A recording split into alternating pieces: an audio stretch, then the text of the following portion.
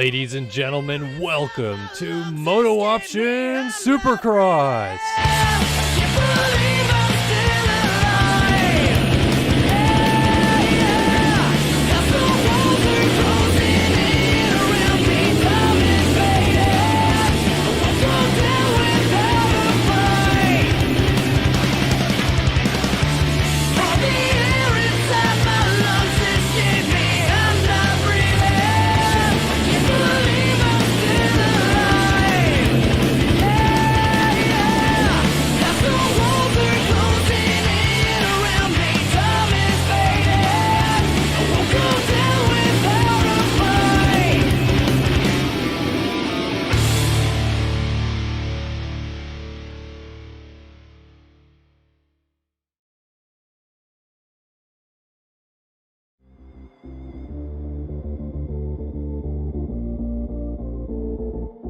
From Marmora, New Jersey, riding for Heckman Productions SYS Racing, number 4, Jeremy Smith.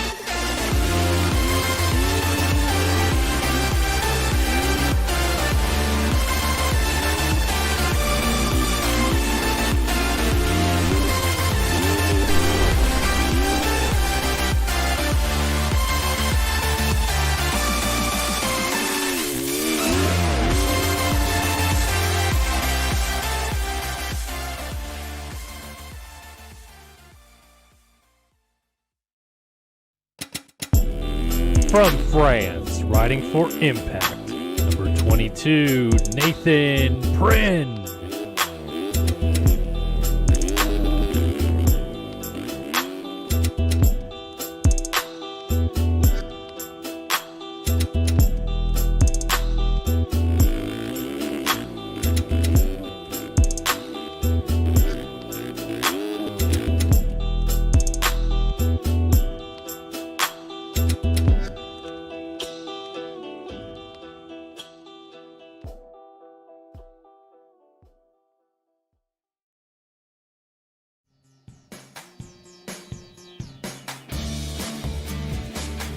From Tampa, Florida, riding for JIBR.co, 2021 MX Simulator National Champion, number 5, Tyler Lang.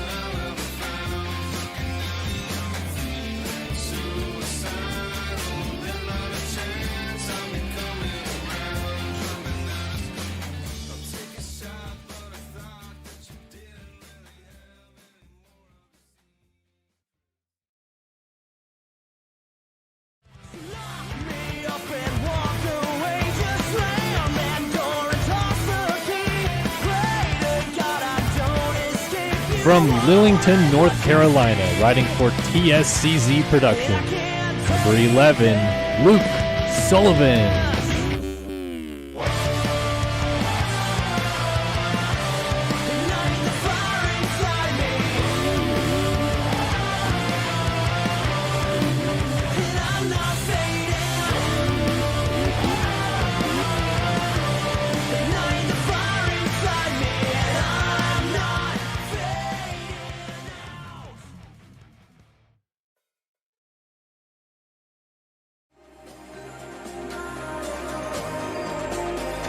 From Watkins Glen, New York, riding for Phil Ski and Snowboard, number 12, Braden Castellaneta.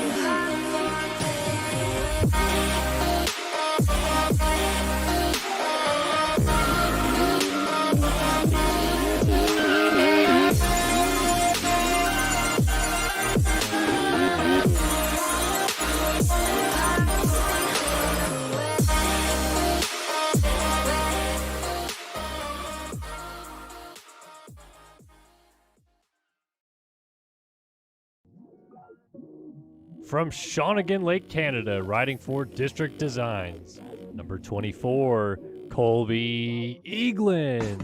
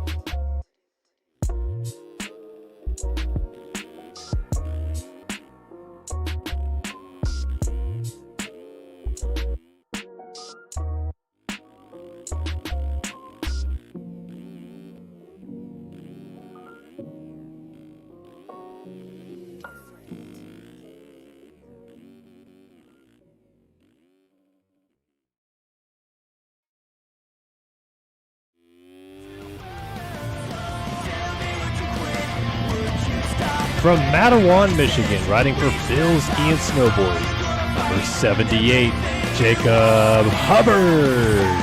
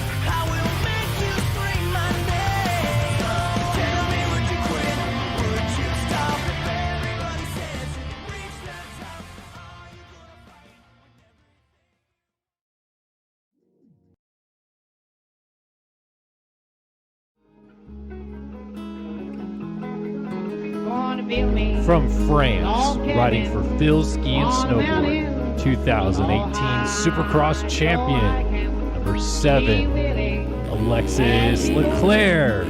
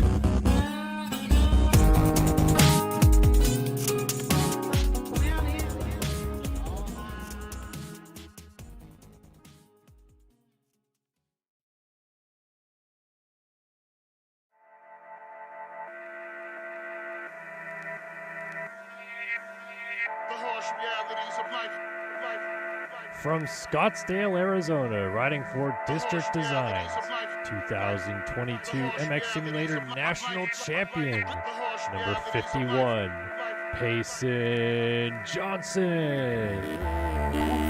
That's the stupid truth. I slap a booty red, attach it to a bed, then I use and loose. Cruise ahead, patty banger through the roof and do a doggy till I get charged with animal abuse. Alive and living, I've been a hard-headed victim ever since I saw death in the car. Recollection from bars, reckless drinking from hard. Sex with women and getting tatted like a walking, talking art exhibition. Listen, I just want the amazing life that Jay-Z has, who plays Mercedes Jags. Ladies banging me to lazy jazz, but rap is tough, I have to hustle like a crazy ass. The most underrated is what you can rate me as. I'll take these jabs, you make me bleed, but you won't make me spaz. I wait and joke you do like on a face and make the ass. My dad passed before we got the 41. That's when I knew no one's important or immortal, son. We're all just drums, me, I'm only in it for the fun. I came to spray the audience with champagne and water guns. And when I go, I pray to God my friends born on my grave like my name was Jim Morrison.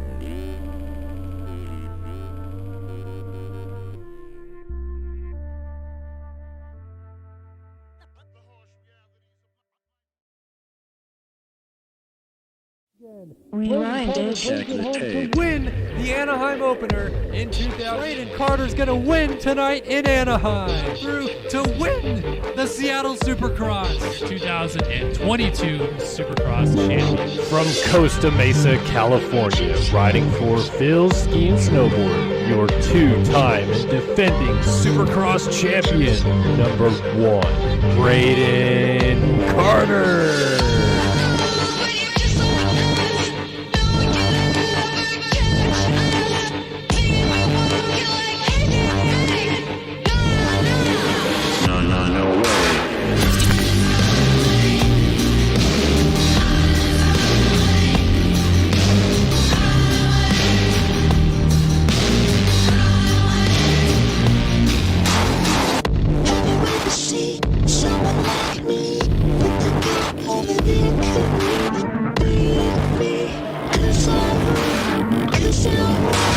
No way. No way.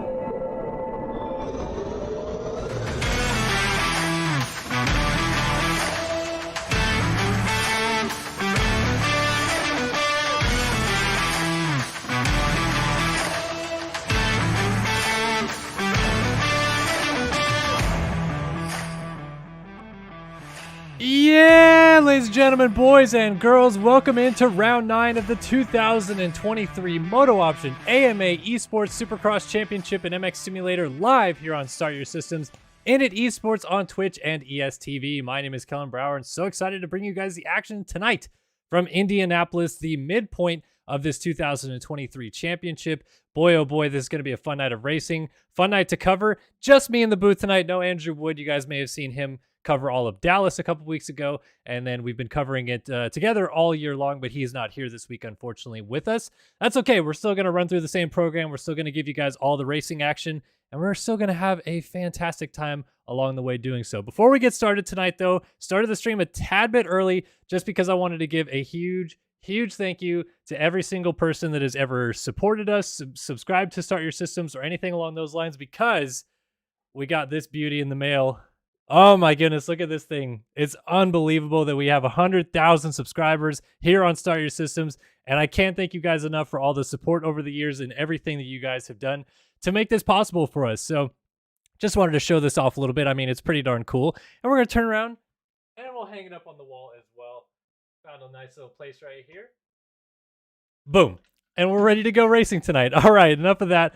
Let's get into kind of what's going on here in this series. And of course, we have to start with talking about qualifying here tonight for the Indianapolis Supercross and MX Simulator. Payson Johnson went fastest so far in qualifying at a 47.140. Colby Eaglin, Braden Carter, everybody in the mix as well on the 47s. Jacob Hubbard, Tyler Lang, and last week's winner at Daytona got his first win of the year. Alexis Leclerc got it done. And now he goes 6th qualifying here tonight. But you can see those times pretty close together. We have a couple guys in the 47s, a couple guys in the 48s, and then a lot of people in the 49s. This is going to be a very fast and quick racetrack tonight. Also going to break down a lot because of these times being shorter and the main events having more laps. Ethan Gerst goes fastest in 250 East tonight at a 50.351, just narrowly edging last week's winner and back-to-back winner thus far, Rasmus Balzer, at a 50.367. Nygren, Cromie, Hunt all in the mix as well. And our championship leader, Bryce Whelan, as per usual, not fastest in qualifying as he's P9 going into tonight at a 51.250, but definitely looks like he might be feeling a little bit froggier than usual because normally we don't even see him inside of the top 10 in qualifying. Here's a quick look at your championship standings as they run coming into tonight. Braden Carter, 14 points up on Alexis Leclerc, 20 points up on Payson Johnson, and everybody else already a full race distance behind. So it's becoming a bit of a more or less 3-horse race, but really it's about who can catch Carter at this point because he has been in control since the beginning. So Leclerc with the win last week actually did claw some points back and moved into second place in the championship, leaping over Payson Johnson, but he still has some work to do to try to catch Carter out front. If we look at our 250 East standings coming into tonight, like I said, Braden Carter, big championship lead. And Rasmus Balzer, who won the last 2 rounds, is 4th in the standings because he was actually out at the second round due to a suspension that he incurred from an infraction at the first round. So because of that, Balzer is pretty far out of this championship fight already, as is pretty much everybody else. Zoller's there in second, still the only man within 1 race distance of Whelan who is starting to run away with this thing. So can Balzer continue this hot streak, continue to chip away at these points? And if he does so, is Whelan going to falter at some point in time and have a bad result? He has not had one yet. He's picked up 93 points of the 104 that are on offer, and he's been looking very solid thus far, but nobody else has been able to really challenge him aside from Balzer. And in this championship, it is all Whelan at the moment. So let's jump in the server. Let's get ready to go racing, and let's get ready to drop the gate here tonight in Indianapolis. Quick look overhead of our racetrack here tonight. And you can kind of see what it looks like from above. It looks like they have the UID grab going right now. So we'll give you guys a bit of a synopsis of this racetrack here real fast as we're going to come out of the gate right here off the start. Left-hand 90-degree corner, a couple rollers through this first section, and then you're going to have a step-on, step-off right here into a little kind of 5-foot, 3-foot, 3-foot triple. This is going to be a critical section for the 450 guys. It's this triple quad right here. If these 450 guys are able to get that consistently, definitely going to help out their cause later tonight. 250 guys, I haven't seen anybody that's been able to do it just yet, but I also was not in the qualifying servers, so I don't know for sure, as I just suck through the whoops right now. And we'll go ahead and continue on. 90 degree after the whoops onto a on-off section, which is kind of peculiar, but the weirdest part about the on-off section here on this track is it's actually back-to-back. They're not back-to-back, but I should say there's 2 of them after 90-degree corners, so it feels a little bit back-to-back. But 90 degree into an on-off, left 90 into a double, and then the Supercross triple. Out of this corner, you're going to pop this 3 in, 3 out, and then you have a split option before the finish line jump right here. Outside, you can just triple over. Nice and easy up to the finish line jump. Inside, you obviously roll double. Up and over that finish line jump, down past mechanics area, hard on the brakes to this inside line to hop up onto this step-on, step-off option. And again, you just come through this final corner, single back onto the start straight, and then you are finished with 1 lap around Indianapolis. So, just about ready to get racing here tonight. 250 heat number 1 coming up. Quick shout out to a couple people in chat. Alex Efforts with a $5 donation says gold button next. Boy, that would be something. I don't know how the heck we'll hit 1 million if we ever do, but I hope that that is a possibility in our future at some point in time. And then Jay also donated $10 and said congrats on 100,000 subs. So thank you guys both so much for the support. Thank you, Jay, for the $10. Alex Efforts for the $5. And thank you everybody else that's tuned in tonight and is watching the stream here with us. So like I said, 250 Heat 1 coming up first here at Indianapolis. We'll get ready to drop the gate here tonight on round 9 of MotoOption AMA Esports Supercross in MX Simulator. Well, it's been a fantastic year thus far. We have reached the halfway point of this season. And if you haven't joined us throughout the other festivities this year, you missed out on some good racing, including last week's last chance qualifier in the 250 class at Daytona. In case you missed all the chaos of that, definitely would recommend going back and checking out the LCQ from Daytona because it was quite a bit of fun. We also posted a reel on our Instagram. If you guys follow us there at Start Your Systems on Instagram, the chaos that commenced in that last chance qualifier. And hopefully we get more of that here tonight in Indianapolis. But I bet based on what we're looking at with this racetrack, we get a little bit more straight up square racing. The only thing that might be the biggest challenge is those whoops tonight. The whoops have been treacherous on a number of different occasions this year. Riders have been struggling with them as they've changed up from week to week. Sometimes we've had more flat rolled out whoops and sometimes we've had peakier whoops. These ones are a little bit peakier, a little bit more close together. And as such, it's kind of hard to stay right on top of them. Your nose tends to dive here and there, and then you kind of start hopping a little bit towards the end of them. And because they're peaky, that little kind of notch that develops on the face of these whoops can catch you guys out in a hurry. And we'll see if the whoops are treacherous for anybody else here tonight. But just seeing what's going on in chat. A lot of you guys hanging out, having a good time. Hopefully sound levels are all good and everybody can hear us just fine as we're getting loaded in and getting ready to go racing here in 250 heat number 1. Thank you, Balin Jones, as well, for a $1.99 donation. He says, 100K. Congrats, Kellen. Been a long time coming. It certainly has been. If you haven't been with us at all over the years at Start Your Systems, we started back in 2014, the tail end of 2014, December 30th to be specific, and we've been covering MotoOption Supercross since day one. In fact, I think our third ever video was the Anaheim 1 broadcast from 2015 in MX Simulator. So we've been a part of this sport, this esport competition for a very long time, and we're very thankful to continue to be supporting and a part of this esport competition year after year as we get ready to go racing here in 250 heat number 1. Top 9 riders transfer through, 6 minutes plus a lap on the timing sheets right here. And we're about to decide who goes through to the main events here in Indianapolis. Well, it is time to get through the halfway point of MotoOption Supercross, but to make the main event, you got to qualify first. Let's go heat racing. Bit of a land rush. The one of Whelan gets to the corner first, but he almost went down. It is going to be Ethan Gerst on the 42 District Designs ride that gets the whole shot. Someone coming from off the track got right up in the mix and almost sent everybody for a loop as Cooper Hunt on the 18 moves into second place. You also have, who's that? Emmett Sund up there on the Verb Moto ride. He's moved into a good position on the 413. Whelan has slipped back a few positions as there you see those whoops, man. They are treacherous this week, especially for these 250 guys. Not able to carry as much speed into them to be able to stay right on top of them. Sund hopping around. You got Hunt right in the mix as well. Behind them, you got Hewen. You got Brandon Nygren on the 76. Bryce Whelan on the 1, also right there in the mix. As a battle for second developing. Sund going down the inside of Cooper Hunt. Not able to take it just yet as everybody still continues to chase our race leader, Ethan Gerst. Triple over top, up and over that finish line jump. Can Sund get to the inside of Hunt right here? No, he's going to funnel in. And you can see that freight train line that's developing. So if you're new to MotoOption Supercross, you've never been with us before, there will be some erode, some terrain deformation that develops throughout these races, and you'll see little lines and notches kind of developing. It won't be too noticeable from these far cameras, but these guys down on the racetrack can see these lines develop, and it makes it a little bit harder to, I guess, make passes in some regards, but it also makes it a little bit easier to carry speed in corners because you can lay into these notches and these ruts really, really well, as now Whelan has worked his way around Hewen, gets around Sund. Got Trilees over the Supercross triple on the second lap here. And now the one machine goes to work on the 18 of Cooper Hunt for this second position. Actually going to cut to the inside here. See what happens. They both funnel into that outside triple over the option for the finish line jump. Gerst still leading here. The District Designs number 42 machine got to the corner right there alongside Whelan. And Whelan just pushed a little bit wide. Gerst shot down the inside. Interesting to see the options that are being done right here as these guys going over that tabletop triple single. I think they're doing that just to stay lower and not be able to, or not get pitched higher in the air, I should say, by that taller 5-foot single that's kind of in the middle of that section. So Gerst kind of showing us the way through here early on. Outside, inside options to the on-offs. A little bit different lines there for Cooper Hunt and Gerst. Whelan actually momentarily was passed by Hewen. It looks like Hewen may have gone down as Whelan is now solely in possession of this third place again.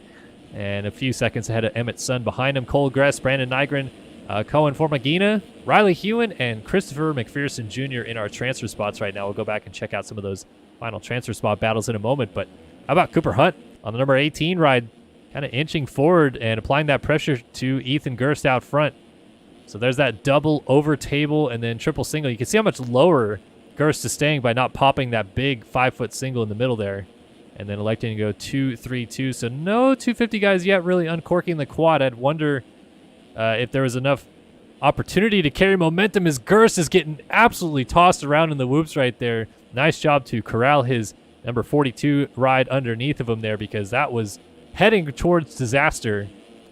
Fortunately for him, he stayed upright and on two wheels and actually kind of opened up a smaller advantage now on Cooper Hunt behind him. Hunt losing the trail a little bit, made another mistake right there. Also, Whelan was off the track in the background, so Gerst starting to run away with this thing out front in 250, heat number 1, looking solid doing so as well. So there's Whelan back there in third. Formagina's moved up into the 4th position. He's got the 317 of McPherson right behind him, and Emmett Sund has slipped behind them both as he was in 4th place, so a couple of shuffling of positions around going on in the mix here. Sund running in the 6th spot, trying to go to the outside. That was a zealous move right there. as McPherson stays ahead of him, but McPherson's not going to get that triple singles, so Sun swoops around and takes the position. You also have Cole Gress back here in the 7th spot. Nygren is in 8th, and Dylan Cavicciuti, as I was saying that name wrong for 4 or 5 years before he joined my SYS Racing MX Bikes team and actually corrected me on how to say his last name, and I apologize. I got it wrong all these years.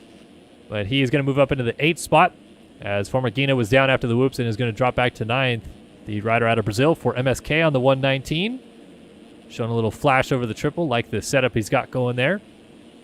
So Hewen, McLaughlin both outside looking in, at least for the time being. And Hewen fell back here in a hurry. He was battling up front. He was in 3rd not too long ago. And now life comes at you fast. He's back in 10th spot, just ahead of Noah McLaughlin, Austin Bear. Also in the mix back there in P12, but everybody else further back than that going to need some help to get up into this mix, as Hewen is also hoping for a little bit of help out of some of the riders ahead of him. Perhaps Formagina, Cavicciuti, Nygren, Gress, somebody. They go down. Look at this. Nygren's actually off the track, so he's going to have to hop through the whoops. This is going to cost a lot of time as Formagina goes to the outside on the 119. Hewen's getting right back into the mix here. Nygren shuts the door as Formagina's getting a little bit blocked here. Oh, rider down. That's Gress. Cole Gress is down, and it takes Formagina and Hewen with them. So Cavicciuti stays up there. You also have Noah McLaughlin moving into 8th position, I believe this is now, for the 47. So Hewen does go up into that final transfer spot. Now without a little bit of drama, and I think Cole Gress would like to say something about it there. Or that's Austin Bear, excuse me, Gress's teammate on the 83. Austin Bear has kind of snuck up into this picture, a little nose high there on the on-off section for Mr. Austin Bear. But his teammate Gress on the 143 still sitting right behind him. Meanwhile, Bryce Whelan's lost another position. He slipped back to 4th on the number 1 machine up there. Time has just expired, so white flag will be coming out next time by our race leaders as Nygren is down. McLaughlin swapping all the way through, somehow corralled it together, but that will promote Bear into the final transfer spot. Oh, now McLaughlin goes down. Gress goes to the outside. He's going to get around his teammate Bear. Can Bear still get this triple right alongside the 46 of Horn, who shoots into the final transfer spot? Nygren goes back by. Formagina goes through. And now Horn in the final transfer spot trying to hold on with Nygren, putting the pressure from behind on that 76. Like that line by Horn, just kind of tire tapping. Little seat bounce up to it. Formagina crossing over with Nygren, almost getting together. This is 10th and 11th right there, the 76 and the 119 chasing down the 46 of Alec Horn, excuse me. Scrubbing over that triple into the corner. I think it's going to come down to the whoops for these guys. Can Horn make it through safely? As up front, Gerst is going to take the heat race victory on the 42. Nicely done by him. Horn hopping through them just a little bit, but a nice save in the end. As look at that, Nygren got really close at the end of the whoops. This is going to come down to the last couple of corners here, folks. Nygren versus Alec Horn for this final transfer spot. Horn shows a wheel to Austin Bear there, but he's not close enough, so Horn goes defensive into the final corner. Through this last turn they come. Oh, and getting sideways to the line was Gress. It will be Alec Horn making it across the line, though, in 9th. Nygren just misses out, as does Holt, Formagina, Race Cobble, Austin Bear, Alex Heckman also going to the LCQ with Trent Adams, Dylan Love, McLaughlin down there in the whoops, Brett Thomas, Carson West, and myself in warm-up mode as well, also going to the LCQ. So who made it through? Let's give you guys a little bit of a refresher of what just happened, as Ethan Gerst is going to pick up the race victory there on the 42. Cooper Hunt followed him through with Emmett Sun, Bryce Whelan, Dylan Cavicciuti, Riley Hewen, Christopher McPherson Jr., Cole Gress, and Alec Horn actually moving around Gress to get 8th, but Gress still does transfer through in P9 as they are all headed to the main event. Nicely done, Ethan Gerst picking up the dub.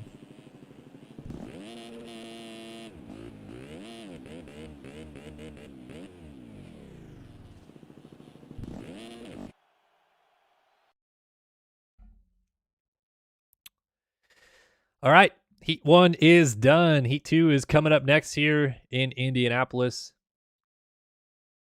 Good little way to start off the night. Good close action for that final transfer spot.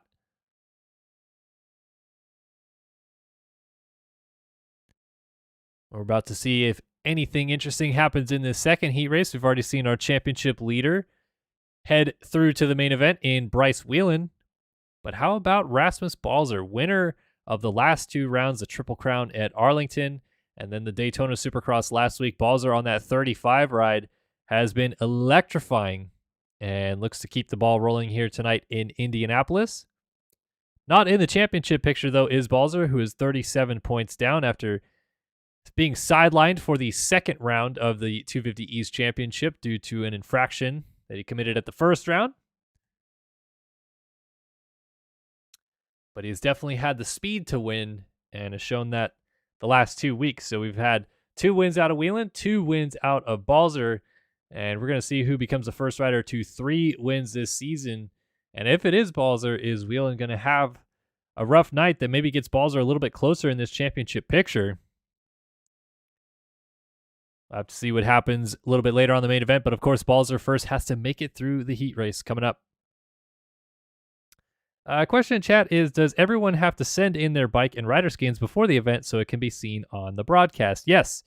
There is a thread set up on the forums, forum.mxsimulator.com. If you go to models and skins, the top post on that thread is a sticky post that says, I think it says 2023 RF Supercross skins, and then parentheses RFNA or something like that.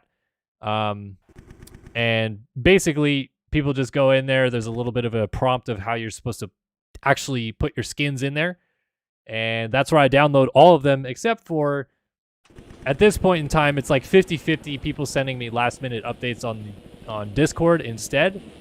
I appreciate that because I'd rather have your skins than not, but I'd also much more appreciate it if you guys all put it in the skins thread, because I'm not the only person that has to do media for this series.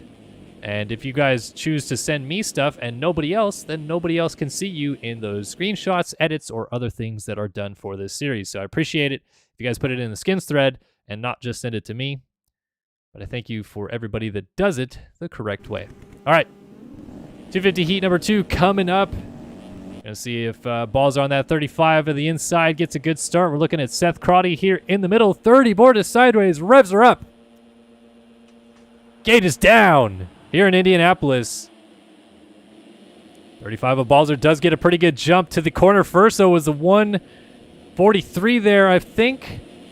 Going a little bit wide, though, as Balzer does take over the race lead. And this is a little bit of deja vu from Daytona last week, because Balzer coming right out with a fury, getting into the race lead and trying to sprint away here in this heat race. Matt Cromie on the 90 Phil ski and snowboard ride moves into second place. You got Brandon Holmes, Talon Zollers also in the mix. Alex Zellner up here, James Ohashi, Sonny Spicer on the 95, Colin Allen also up there, Seth Crotty, Tyler Nichols, Jacob Kelly, and there is Noah Viney, who did get to the corner first. And a shout out to Noah Viney as well, who is recovering from some pretty big injuries he sustained in a real life crash recently. And hopefully he's doing all well. I mean, he's doing well enough to be able to pick up the controller and compete with us here in MotoOption Supercross, but hopefully he's on that fast track to recovery, and we see Viney back out there behind the gate sooner rather than later. Right now he is outside looking in as it's Crotty in the final transfer spot.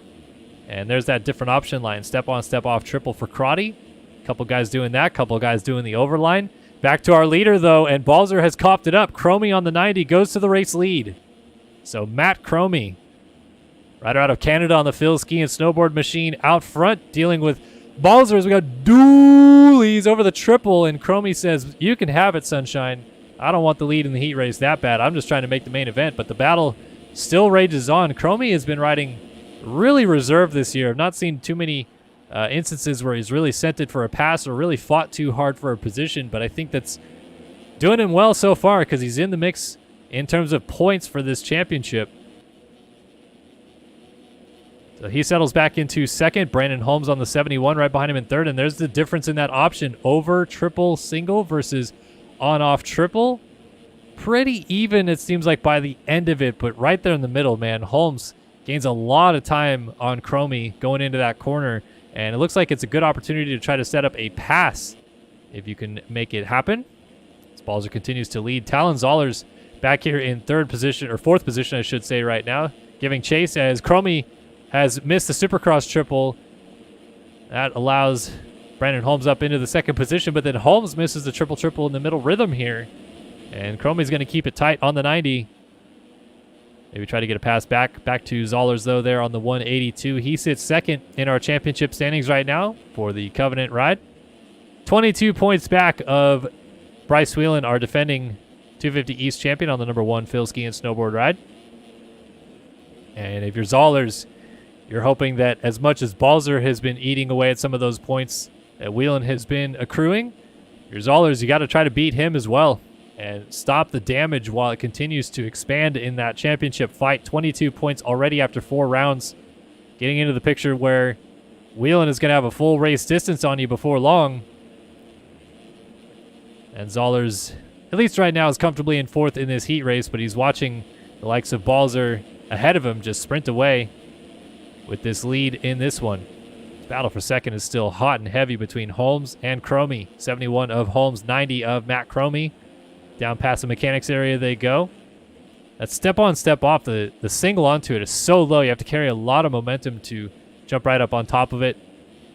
It's a difference in lines again with the Cromie triple into the corner line versus the Brandon Holmes option. Look at this, Cromie going inside here, and we just talked about Cromie not racing too aggressively. Oh, that's a little bit of a how do you do to Brandon Holmes. That was obviously some lag involved that saw him get punted so far off the track. But Cromie, maybe that's why he has been so reserved. His internet might not be the best or something, and that is a clear-cut example of why sometimes the ping issues in this server can be a little bit detrimental to riders from a foreign nation. As Cromie from Canada, this server is ran within the United States. And the further away you are from the server, like our riders from France or Australia, the higher your ping is and the harder it is to race, but it's also pretty hard to race against those competitors because it's not easy to see them in real time. We're seeing a little bit of a kind of a delay. It's about a 1 second delay from real time in the server, and that's just to allow the third-person view that we have here to see it a little bit smoother. JLV Game Creator implemented that in the game a long time ago so that the spectator cam is a lot smoother to be able to see the gameplay. But if you're actually racing in the server right now, Cromie or Zollers or anybody else around you is kind of glitching a little bit. Not a lot. You can definitely still race them competitively, but there is a little bit of that kind of glitching going on, and if you're from a foreign nation, your ping is really high. That glitching is a lot more exaggerated. And now Zoller's trying to deal with some lap traffic, and he and Cromie both have to come to a stop right there. They're going to almost come side by side, and Cromie gets his front end taken out and got put on the ground coming onto the start straight. So going to get hopped over. Brandon Holmes hops back over him as well. So Zoller's Crotty went by. Zoller's actually was down as well. So Crotty went through with Zellner, and Crotty's trying to go into the second position through Zellner, going to get by. A little bit of hopping through the whoops for both of them. Neither rider sitting on top of them all too well. Want to go back to our leader real quick, Balzer, because he's actually going to check in and get an extra lap that our first heat race of the night did not get. So we're going 9 laps in this one versus the 8 in the first heat race, which automatically makes this the higher seeded heat race. As Balzer kind of in cruise control out front, just checked in about 5 seconds before time expired. Time has now hit 0 in the server. Or should I say 6 minutes in the server, because the timer in the server continuously counts up instead of down. Balzer 18 seconds out front, making it look way too easy. Cromie's gotten back into 3rd place. Zoller's alongside Holmes here for 4th.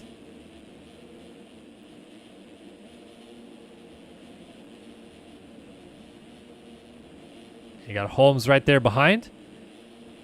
Zellner right now in the 6th position. Colin Allen in 7th.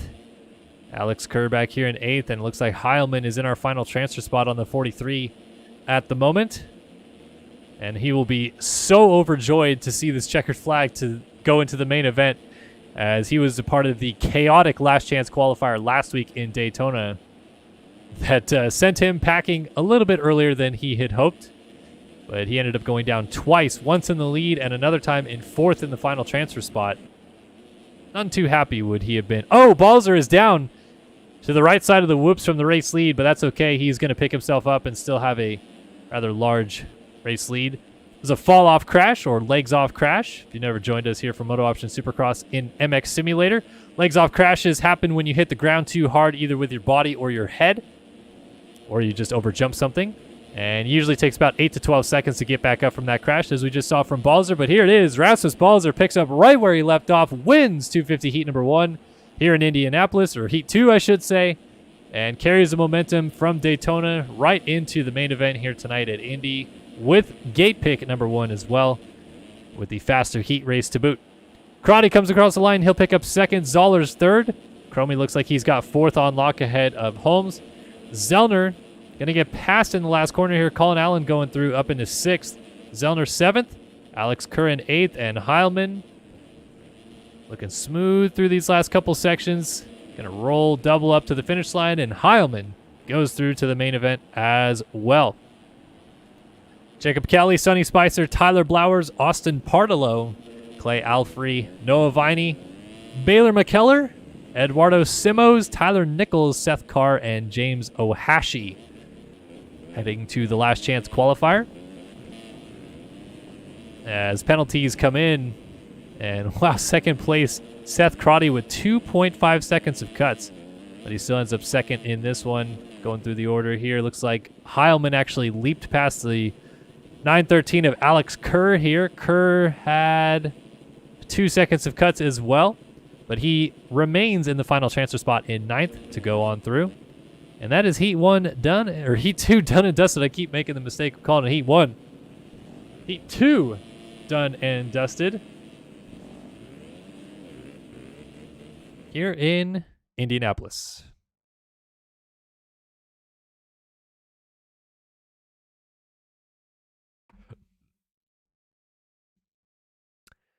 All right.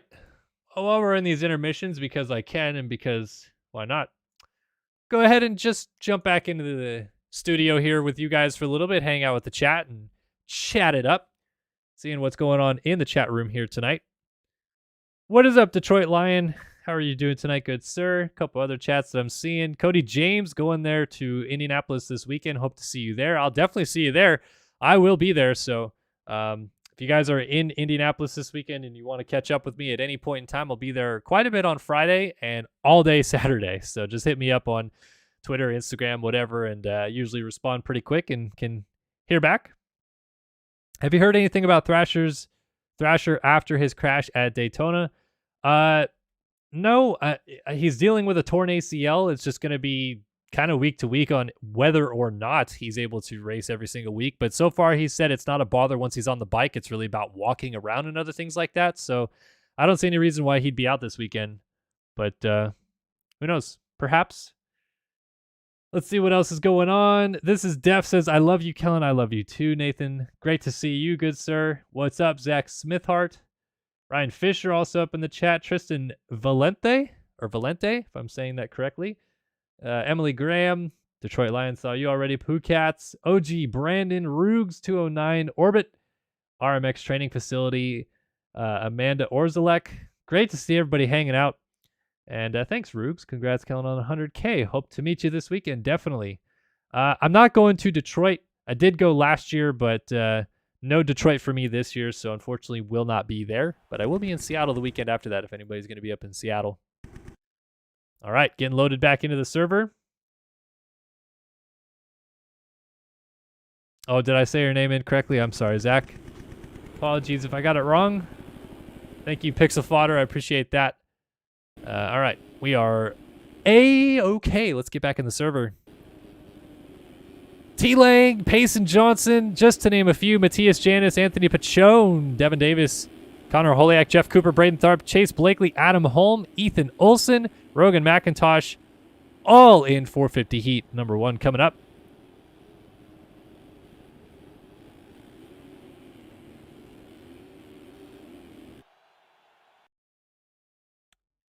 Should be a good one.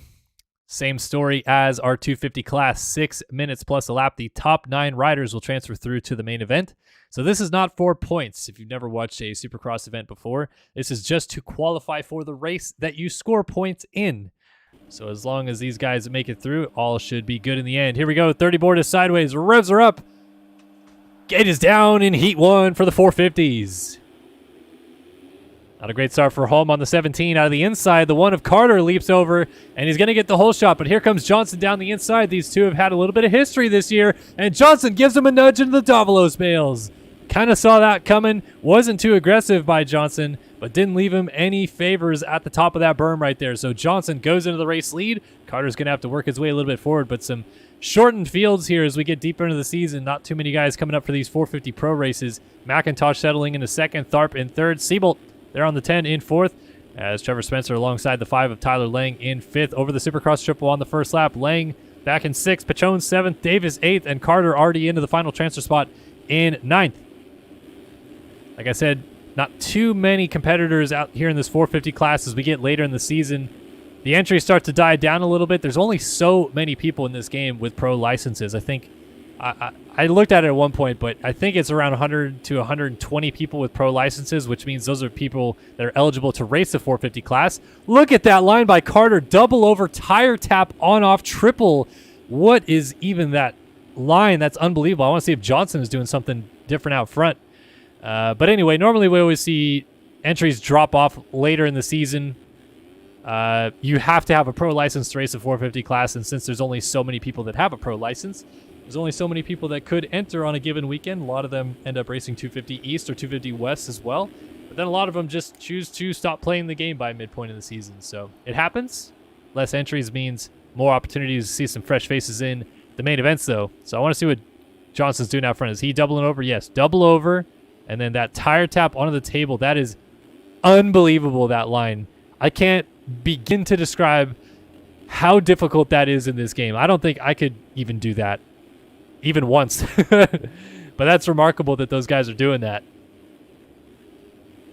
So where are the battles? Got a battle right here brewing for what looks to be second between Siebold and Braden Tharp. TSCZ Productions number 30 of Tharp. And the 10, our 2020 Supercross champion Covenants, Jeremy Siebold, short on the triple. So Tharp closing that gap back down. I'm curious how many of these guys are doing that option line. Double tire tap onto the table.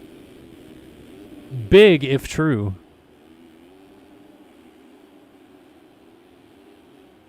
All right, Siebold tucks inside, step on, step off. Outside here, let's see if he's doubling over. Nope, checking up. But Tharp is, and he's going over quad double. So that is a different option. We're seeing a lot of different lines through that first section right there as Siebold hopped off the track, but still somehow quadded. Pretty much all these 450 guys seemingly getting that quad. McIntosh got it. Carter got it. Janice didn't get it right here. Let's see if T-Lane gets it. Yeah, pretty simple in the end. These 450s have so much power in this game. And really, they can kind of do some big lines without too much effort. I hate to say, like, that it's easy, but it kind of is on a 450. That's why I still ride them in this game, because it's easier to do those lines. But I also raced a 450 competitively for 5 years in this game, so I get it. Look at this line, though. Over, then tire tap onto the table, off triple. Like, oh my gosh. That is, I want to try that after this race like a few times just to show you how stupid that is. Oh my goodness. Johnson. Fifth gear through the whoops and just lugging it, but kicked a little bit sideways. Detroit Line said, why are the bikers going too close to the... Why are they going too close to the hay bales? Isn't that what you don't want to do? Well, you want to apex the corners as best as you possibly can. So, for example, Johnson's going to come over this finish line jump. He's going to swoop out to the right by the mechanics area so that he can apex into this corner, just clip those inside tough blocks, and continue on with more momentum. If he were to go weirdly through the middle of the corner like that, he would not be carrying as much momentum because he'd have to stop and have a sharper apex of his corners. So you want to kind of, in some regards, stay close to the tough blocks so that you can keep up those apexes, keep up your momentum. But in certain areas like the whoops or other parts of the track, you don't want to get too close to the tough blocks because one small mistake, you're going into them, and usually you're going down as well. But Johnson is absolutely flying out front. 48.1. I want to see if he does a 47 because this lap is arguably looking a little bit faster than the one we were on board with him before. Triple scrub the triple right there. Let's see what he got. 48 flat. Oh, he missed it by literally a hair. Literally a hair. Braden Tharp in second, Siebold third, Janice fourth, Lang fifth. Carter got up to sixth, but is kind of stalled right here because he was right on Lang at one point, dropped off Lang just a little bit. Carter up and over that finish line jump now in sixth, McIntosh seventh, Spencer in eighth, and Anthony Pachone for Spink riding in P9. What a story Pachone is. If you do not know much about him, he was I hate to say was because he is a real life ripper on a dirt bike, but unfortunately had more or less a career-ending catastrophic injury at Gatorback. Can't remember how long ago this was though, and still races with us in MX Simulator, but kind of ended his shot at a good career in motocross, and great to see him still out here racing and competing in MX Simulator. This would be awesome if he makes the main event here tonight in Indianapolis. Look at this battle though. Bruin, Jeff Cooper, Trevor Spencer, Rogan McIntosh, and Chase Blakely all nose to tail. Two of these guys are in a transfer spot. Two of them are outside looking in. Actually might have a pass being set up here shortly. McIntosh trying to make something happen on Trevor Spencer to go up and over that finish line jump. This is P10 looking at the final transfer spot in ninth. Oh, Trevor Spencer right there.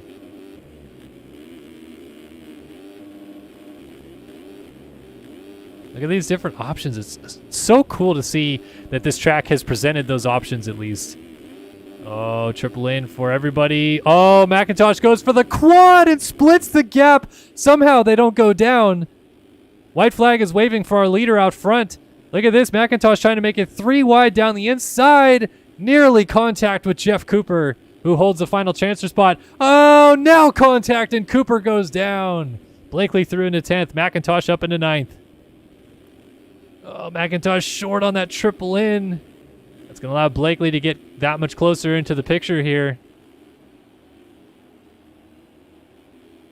Can the 21 BPC ride of Chase Blakely make this pass into the final transfer spot on the final lap of the race? He's got to get around Rogan McIntosh to do it. Blakely going with that double over quad double line right here. Meanwhile, up front, Payson Johnson takes the win in 450 Heat 1. Leads this thing wire to wire and runs a 47.9 to boot. This is about as close as it might get because Blakely not better through the whoops right there than McIntosh. But, McIntosh down. Blakely able to squeak by into actually 8th place. Trevor Spencer drifts back to 9th, but McIntosh went down and coughs up the final transfer spot. Adam Holm is back here trying to make it in. But it looks like these guys are going to be all good to go. Lang across in 6th. Pachone goes to the main event in 7th. Blakely 8th. Spencer 9th. Adam Holm misses out. He's going to the LCQ with McIntosh, Cooper, Olsen, Davis, Rakovsky, and Holiak by the looks of it as cuts come in. Oh, excuse me. Adam Holm. What had... No, that wasn't that close, was it? Oh, no, excuse me. Adam Holm was 10th, so he did lose one position. But Trevor Spencer, who finished 9th, ends up 8th. Blakely, who was 8th, ends up 9th. So that's what I'm confused about. Holm crossed in 10th. He ends up 11th. I was looking at a huge gap on the timing and scoring, but just getting thrown off a little bit. Blakely had 3 seconds of cuts. Almost tossed this thing away on cuts. Pretty close in the end. 2/10 actually to throwing it away. Carter gets 5th in this one, but Johnson wins the heat race and sets himself up for that main event coming up here in just a minute. All right. Since we had fun last time doing it, I'll jump back in the studio and hang out with you guys for a little bit. Oh, my goodness. It all loaded in at one time right there as well. Good to see the chat still having a good time here tonight. Thank you guys so much for tuning in. 416 live viewers joining us for round 9 of the MotoOption AMA Esports Supercross Championship. Want to give a quick shout out to our sponsors backing us here at Race Factory Gaming, really, the Race Factory Gaming sponsors, which of course are MotoOption Clothing. 13th year, I believe, title sponsor of this championship, and we thank them so much for the continued support of the series. Phil Ski and Snowboard, Race Tech Suspension, and Underground RC, all as well backing us here at Race Factory Gaming. And thank you as well for tuning in, whether you're with us here on Start Your Systems or Init Esports on Twitch or ESTV. We thank you guys so much for watching. So, what's going on, chat? how's everybody feeling tonight? Are we having a good time watching this lovely virtual dirt bike racing? All right, let's see what we got in chat. There's a lot of things coming through. Axis is here tonight. Good to see Axis, the 2023 ESX Esport champion. What is up, Raz? Also here. Alligator asks, hey, Kellen, did you know with last week when Leclerc is now second all-time in wins? I thought he already was second all-time in overall wins, like combined. He's just behind Jeremy Smith. But I still think Jeremy Seebold has more 450 Supercross wins than him. I think Leclerc has 17 now, and Seebold has 23. And then Tyson Fresquez has 29. Oh, my goodness. There's so much chats. So many chats. Thank you guys all for the congratulations as well. I am going to Seattle Supercross Coldau, so I will see you there. No, Raz, I do not bully you. We just have a good time. Yes, Andrew JB, definitely remember you. Absolutely. Definitely, Matrix. Raz should just get good. So thanks, guys. Not too much intermission time here between these, but 450 heat number 2 coming up next.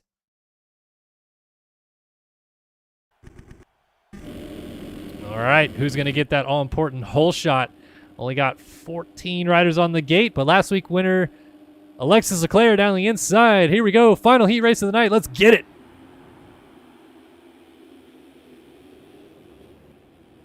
Jacob Hubbard gets the hole shot in this one, but Leclerc to the inside almost pulled up even with him. 3 Phil ski and snowboard Yamahas out front. But I think Castellaneta, who was in third, just got shoved off the berm. So Hubbard leads. Leclerc right there on the 7 in second. And Eaglin in third. So 3 of our heaviest hitters in this heat race right up front. Oh, and going down was Blake O'Brien. Oh, and a front flip from the 89. I think that was Speck getting tossed through the front door as well. A couple guys getting in the mix as well.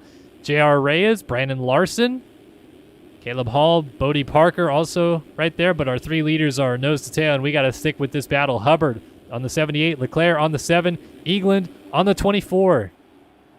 Up and over the finish line, jump to complete lap number 1. Jacob Hubbard has been so good this year, right in the mix with all of these fast guys, but does not have a race victory yet notched under his belt. He did win his first career Supercross last year in the penultimate round of the championship, but is looking for that second career win still and has been oh so close. Leclerc finally broke through for his first win of the season, his 17th career win for the 2018 champ last week at Daytona. Tailing in right there behind Hubbard, and then 2-time winner this season who has won both Triple Crowns, Colby Eagland. The Triple Crown Maestro here on the 24. He would like to win just one of these normal races.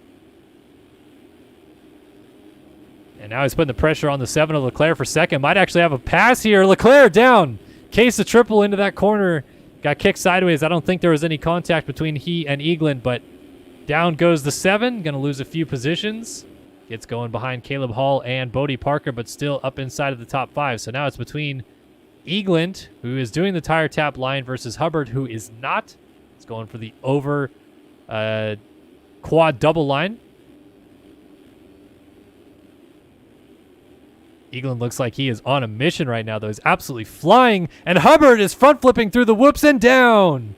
Not off the bike. A nice job to corral it together. Only going to lose actually like 2 seconds in the end of it, as Eagland just now off the screen. But Colby Eagland leading now 450 heat number 2 here for the District Designs team, trying to make it a clean sweep for the DDs as he leads this one, and his teammate Payson Johnson obviously won heat number 1 quite handily in the end.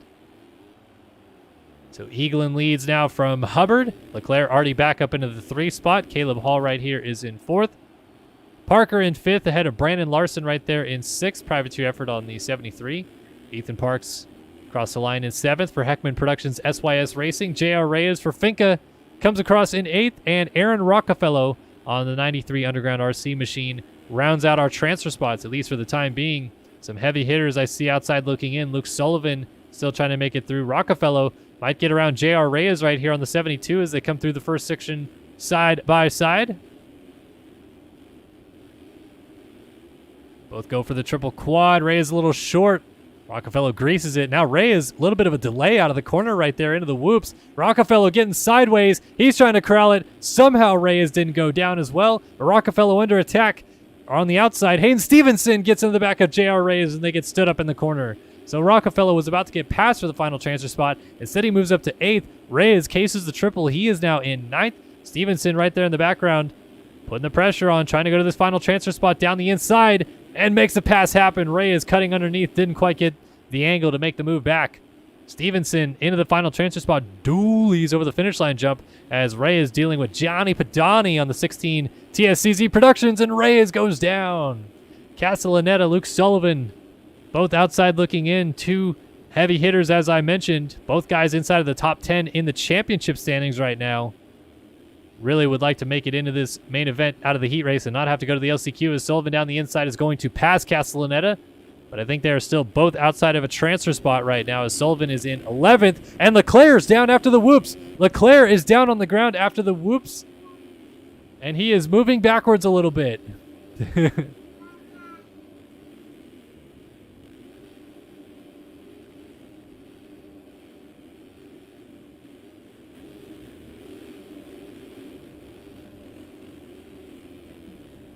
So Leclerc is going to have some work to do, but he just got a bit of a gift as Eagland is struggling with his internet, it appears. The 24 machine has not only lost the lead, he has lost a ton of time, and he is definitely lagging hard right here. Oh, this is unfortunate for Colby Eagland.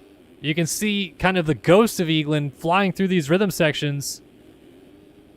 And, oh man, this is going to be a bummer if he doesn't make the main event because of that issue. 73 of B-Lars is down in the whoops. Leclerc getting up into the 8th spot now. Larson in 9th, Stevenson 10th, and Eagland is down after the whoops again. Well, you hate to wonder if this is a potential DDoS attack. I mean, Eagland was smooth as silk internet-wise early in this main event, and now it is looking really rough around the edges. And unfortunately, the MX Simulator community is not shy about doing DDoS attacks in the past. So hopefully it's not that, and it's just a small internet issue that'll get sorted out. There's Leclerc doing that tire tap line through the first rhythm section. 49.6 for Leclerc. See where lap times are as we go to our race leader, Jacob Hubbard. 48.7, 51.1 last time by, though. 51.1 for Parker, 50.8 Hall, 50.7 Rockefeller. Sullivan down in the 49.4s. And 49.6 for Leclerc. So he's the fastest rider on the track, but those mistakes have really cost him.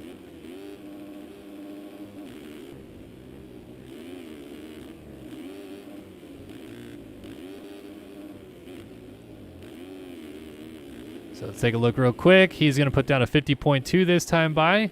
Any update yet on Eagland? No, still struggle bus with the internet. And it's so tough because it looks like he's right in the middle of this battle here with Robert Wilson to some degree. Now he's ahead of Wilson.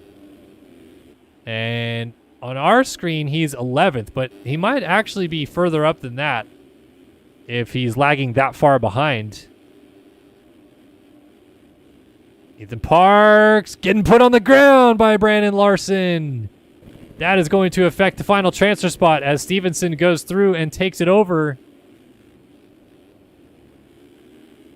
That was just circumstantial, though. Really nothing you can do if you're Parks because you missed the rhythm section. Larson jumped down the inside, had nowhere to go but where he was already going and put him down. Sullivan and Leclerc just going at it for 5th spot right now.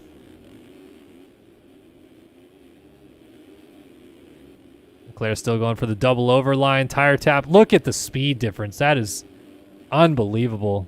He's going to get a pass right here done as well on the 93 by Rockefeller. Meanwhile, up front, Hubbard takes the win easily in the end on the 78, and looks like Eagland just crossed the line in 12th on our timing and scoring. Bodie Parker looks comfortable in 2nd. Caleb Hall in 3rd. Leclerc did get around for 4th as Rockefeller slipped back. Sullivan now in 5th. Rockefeller goes back to 6th. Braden Castellaneta made it up into 7th. Larson in 8th. And Stevenson trying to hold on for the final transfer spot in 9th. Only has Ethan Parks behind him that could pass him. So it's really up to Stevenson to just stay on 2 wheels here. Everybody else has been put a lap down. Up to the finish line. Stevenson goes to the main event. So Parks finishes up in 10th, and looks like that is official that Eagland is going to get 11th in this race. Had no cuts, no penalties, so he actually gained a position because the 75 of Robert Wilson had 2.23 seconds of cuts, but Eagland is going to the LCQ, and hopefully his internet is going to be better when he gets there. So Hubbard takes the win in 450 heat number 2, and we're kind of cruising right along through this night, it feels like so far.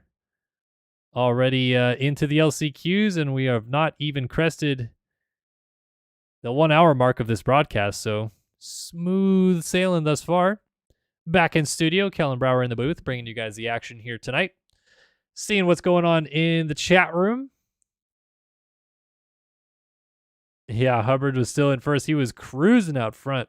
What do I think about Deegan on the podium? Yeah, I mean, I think I said it in my post-race video, like, he's doing everything right, in my opinion. Does he have the speed to be breakneck, go out and try to win?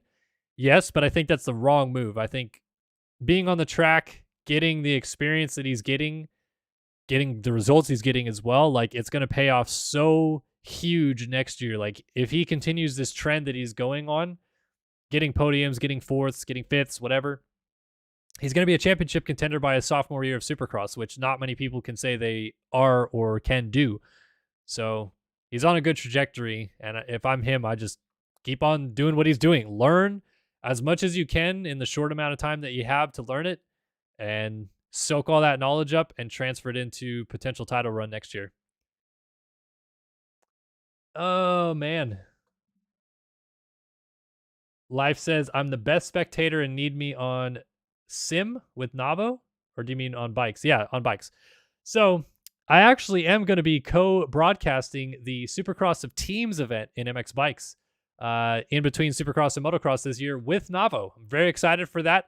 If you haven't seen the announcement, we already had it on our channel a couple weeks ago, but first time announcing something in bikes. I'm really curious to see how it goes. I'm really excited to work with Navo as well. Navo's a good dude, and hopefully we work well together and have a good time, but that'll be fun. I don't commentate ARL and MX Bikes just because I am not, a distinguished, long-formed member of MX Bikes community, really. Like, I don't want to step on the toes of Navo or those other guys and stream that series when they've all been around longer and deserve to be the guys that stream it. But also, ARL is on Friday nights, and so far, 6 out of the first 8 rounds, I have been somewhere else. I've been at Anaheim or San Diego or Oakland or Dallas or Houston, and this weekend I'll be in Indianapolis on Friday when the bikes race goes on, so I would not be able to stream the bikes race at all. Like, I just am not around, so don't want to step on anybody's toes, but also can't do it either, if that's a simple enough answer for you guys.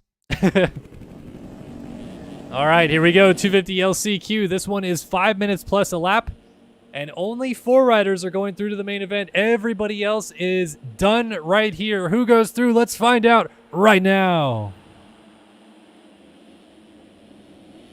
Just a couple guys getting tossed around on the outside out of the starting gate. Alex Heckman going to the race lead early. Nygren, I think, had the whole shot on the 76 machine, but Heckman swooped around the outside, got the on-off clean, and away he goes. So it's Heckman. Oh, front end tuck. Nygren goes to the race lead. Formagina into second on the 119. Now going to the race lead is Formagina. Gonna go off the track though, so Nygren shoots right back by. Looks like Heckman was able to follow in now behind Jacob Kelly. Heckman having some serious front end issues on that Heckman Productions SYS racing ride, so we're gonna have to go back to the suspension shop this week and figure out what's going on there. But Kelly able to move up into third position, now dealing with Formagina right in front of him.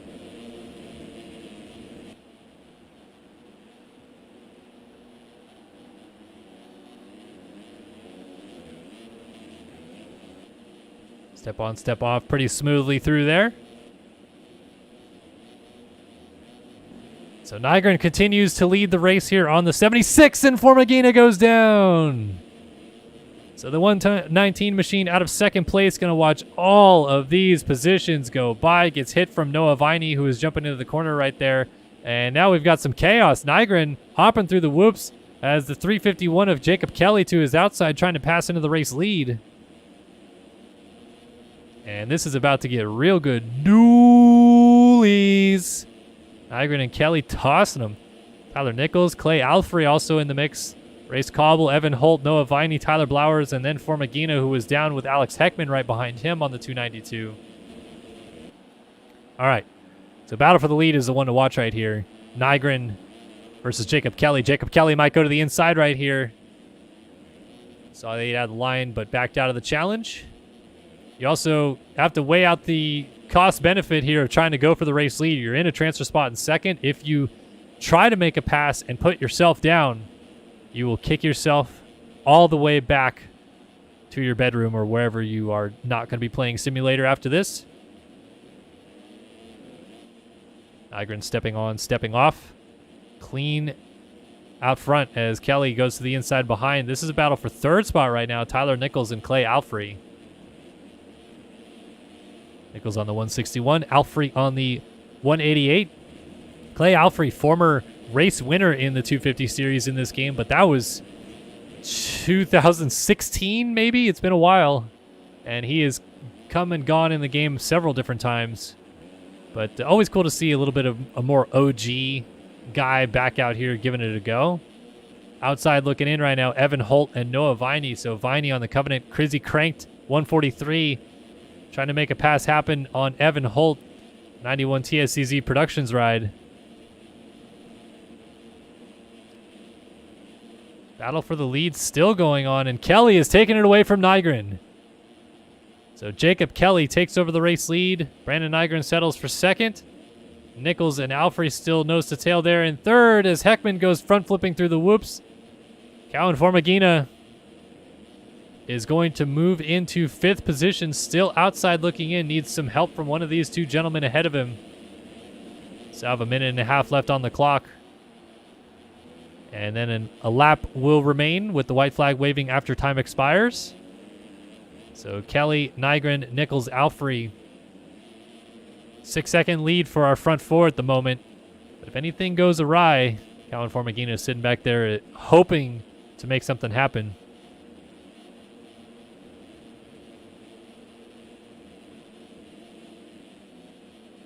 You can see Nichols actually inching away a little bit from Alfrey. Might have his eyes set on the 76 of Nygren up ahead.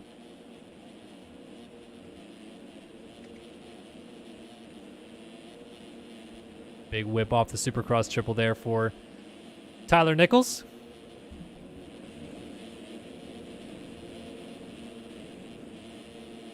So this time by should be 2 to go unless they run a godlike lap time. It's Kelly hopping through the tough blocks. That's the second time I've seen him on the on-offs not get it all the way. Nygren's still just right behind him. Nichols and Alfrey, seems kind of boring, but these guys are really trying their best to stay in these positions. I think the whoops is where it would come down to something silly going as Kelly kind of hops through, but mostly safe. Nygren gets those kicks. It's like halfway through that these guys really, it's like they miss a whoop or something. Alfrey looking really solid. Oh, Viney was starting to reel him in, and the 143 machine goes down. So Formagina goes by, Holt goes by, 113 of Austin Partolo goes by as he swaps off, the 110 of Partolo, and does a barrel roll and goes down, and then Viney hits him and goes down as well. And Viney disconnects as the white flag is waving, and time is about to be out for anybody trying to make the main event.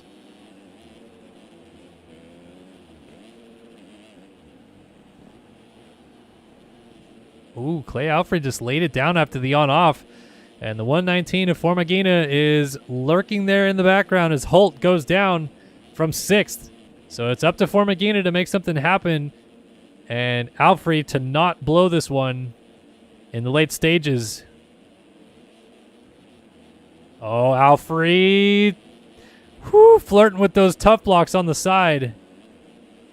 But he kept it upright, kept it straight and narrow. And now he's got some easy sections of racetrack coming up. Formagina is giving it everything he can. Meanwhile, Jacob Kelly is going to survive a late attack from Nygren to win the LCQ. Nygren and he both flip the finish line. Nygren gets it. Kelly does not. Nichols goes through in third. And Alfrey makes it through in P4, but only by 1.1 seconds in the end.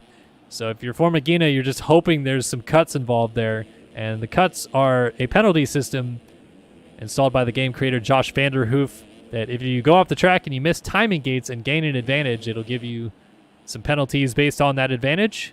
Dylan Love, Brett Thomas, Tyler Blowers, Alex Heckman, Evan Holt, Noah Viney, Race Cobble, Austin Bear, Trent Adams, Sonny Spicer, Seth Carr, Eduardo Simos, all not going through to the main event tonight.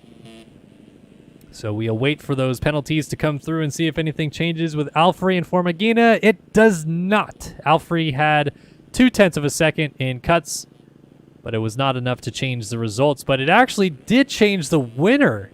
The winner is Nygren by half a second after Jacob Kelly had 1 full second of cuts. Exactly. So interesting dynamic there, but Nygren gets the dub. Still, though, Kelly goes through along with Tyler Nichols and Clay Alfrey as the 250 main event field is set.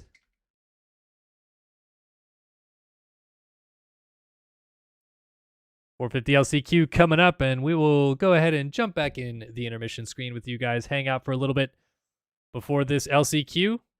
Best racing of the night, usually the LCQs. I mean, the 251 at Daytona last week definitely did not disappoint, but so far, not really giving us what we want in the 250 class here tonight, but maybe the 450 class has some fun stuff. We do have to keep an eye out whether or not Colby Eagland is back and his internet is solved as we get ready to drop the gate here in the 450 LCQ, because this is his last shot to make the main event. So we'll see what happens, whether or not Eagland is here. A couple things going on in chat. Neil Wells really would like to play Sim right now. Thinks this track looks fun as hell, as he put it. Raz can't wait for Stone Rider to make this track bad on bikes. Didn't Fat Muppet make this track on bikes already? Just run it back. Just run Fat Muppet's track. Just do that one this week for ARL.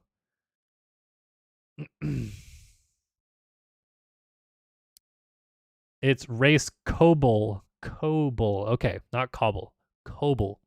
Noted. Thank you.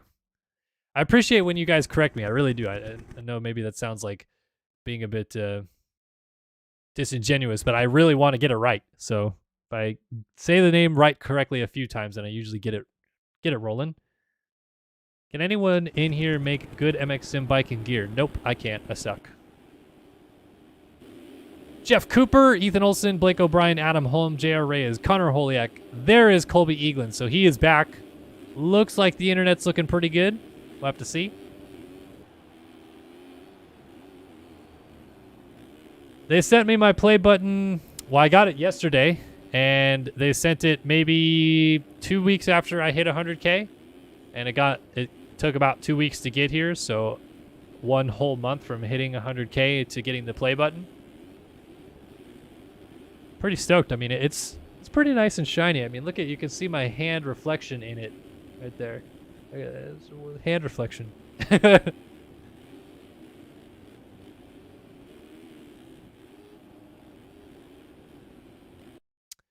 All right, we'll jump back in the server, get ready to go. Racing 450 LCQ coming up.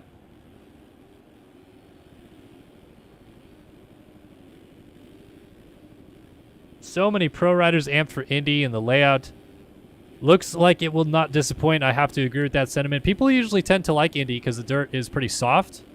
Usually gets rutted, and race is pretty good for the most part as long as they keep it dry. We'll have to see. I already showed it off at the intro, Raz. Go back to the beginning, brother.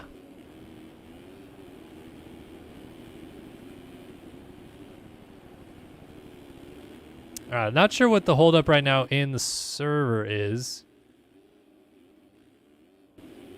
Yeah, I don't see any reason why we would not be racing right now. This guy's just putting on parade laps over and over and over and over again. There we go, 450 LCQ.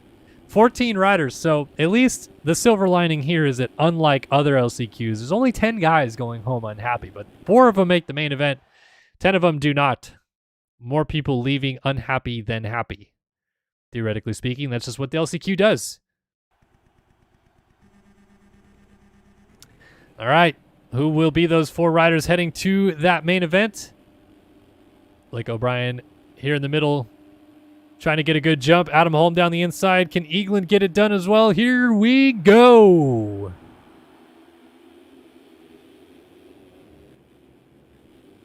Adam Holm gets the whole shot. Not going to lead, though, as he gets sideways and gets plowed over by a couple other riders. A lot of crashing, and everybody's gone down. Eagland's going to the race lead. Couldn't even keep track of that because the leaders went down. The whole shot guy went down. Half the field went down. It's J.R. Reyes who moves up into second place early on. Ethan Olsen in third. And Parks to the outside is going to move up into fourth position. So Ethan Parks finds his way up into P3 now and actually up into second as he jumps over J.R. Reyes. So it is Eagland, Parks, Olsen, Reyes, 1, 2, 3, 4. Robert Wilson, Devin Davis, Adam Holm, Blake O'Brien, Jeff Cooper, Caden Speck, Rogan McIntosh, all in the mix as well, but Connor Holiak is a little ways back, and that's everybody that started this one, so only 11 riders by the looks of it.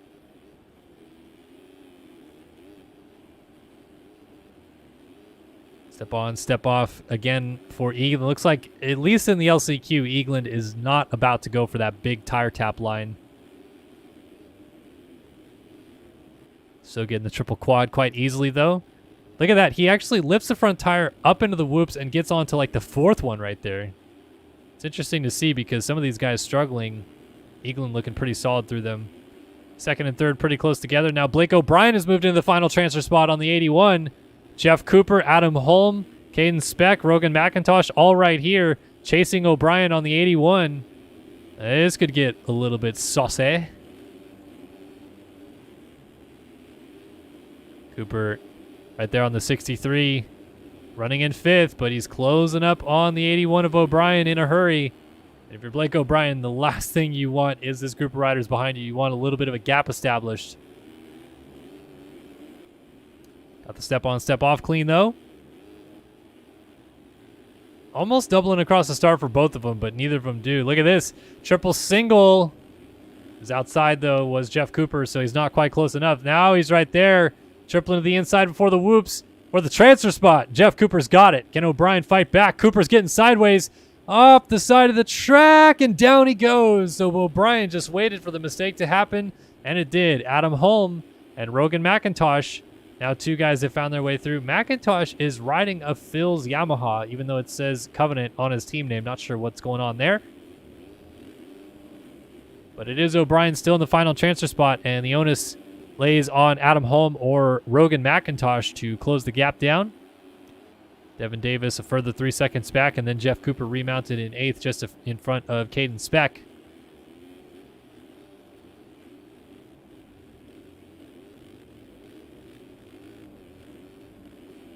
'17 of Holm trying to get down to the inside. Oh, almost through the front door. O'Brien. Holm puts him down and takes the spot. McIntosh kind of rode over the top of him. It's just that corner, the way that it's setting up. If you quad to the inside, you can't get on the brakes fast enough to avoid those guys. If they're triple singling, they're pretty much a sitting duck as Holm goes roll double, which was not on purpose right there. Pretty funny regardless. Change for the lead, by the way. Ethan Parks has gone to the front. So something happened, I think, to Eagland because he had a pretty big lead. And Parks going for that double overline. Tire tap onto the table. Wow. Ethan Parks. If you saw earlier this week, he and I did an hour and 40-something minute video where we did the Erzberg Rodeo Lidman edition. Took us forever to finish that. Good buddy there at the Heckman Productions SYS Racing program. Doing us proud right now, winning the LCQ and tire tapping onto the table. I'm just like blown away how talented our team is. It's incredible. Doolies. Eagland trying to put the pressure on and close that gap down. Eagland is down. The 24 machine got sideways and hits the deck. He should still remount in second. Well, that's a ridiculous line. I would have just turned around the other way, but going to remount in third actually behind Ethan Olsen. And this is actually get nervous time a little bit for Eagland because he has the speed, but one small crash and he is not going to the main event. He has got fourth right behind him and fifth right behind that. He's going to double over, though, so he's going back to that tire tap line just to get a little bit more speed in hand. Goes around Ethan Olsen now for second, as Olsen will settle in behind him. Triple quad, greases it. 8 seconds down of Ethan Parks now in the race lead. Look at how smooth he is right there, right on top. That's the best run I've seen through the whoops here tonight by Colby Eagland. So he's getting away from that group. Adam Holm has moved into third. Or has he? No, Olsen was off the track. Excuse me. So Olsen moves back into third. Holm now fourth. Davis just got into fifth because McIntosh went down on Holm's rear tire. And Olsen was just down out of second. So Davis goes into the final transfer spot. And Ethan Olsen tosses this thing away as the white flag is waving. Caden Speck is back here. But all these guys outside looking in as Devin Davis is in the final transfer spot. Trying to go to the main event tonight here in Indianapolis. There's Eagland in second and Parks out front. So Ethan Parks, couple corners to go. Looking smooth as Eagland is down, and he's down big time. That's going to lose him 2 positions for sure. Can he get up before the final transfer spot gets there? He is going to get up just in time, it looks like. Few, maybe seconds behind him still. Meanwhile, Ethan Parks brings it home. Ethan Parks wins the LCQ in Indianapolis. Adam Holm looks like he's got second on lock. Devin Davis should be third here. And Colby Eagland, by the skin of his teeth, is going to make the main event tonight in P4, but he will have last gate pick, and he looks really upset right now. He went from leading a heat race to last gate pick in the main event. At least he's in it. But that is unfortunate to say the least. McIntosh, Olsen, Wilson, O'Brien, Speck, Cooper, Holiak, Reyes, all not going to the main event tonight behind that. So we'll wait for those penalties to come in. But right now it's looking all good in the end.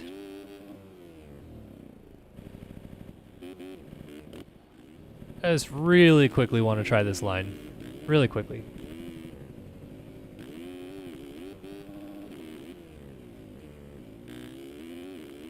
I didn't get the speed to do the double. Rear tire slid.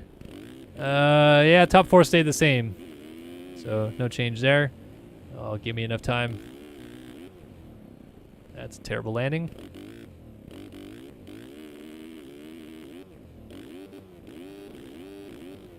Oh, case of double, still almost got the tire tap on.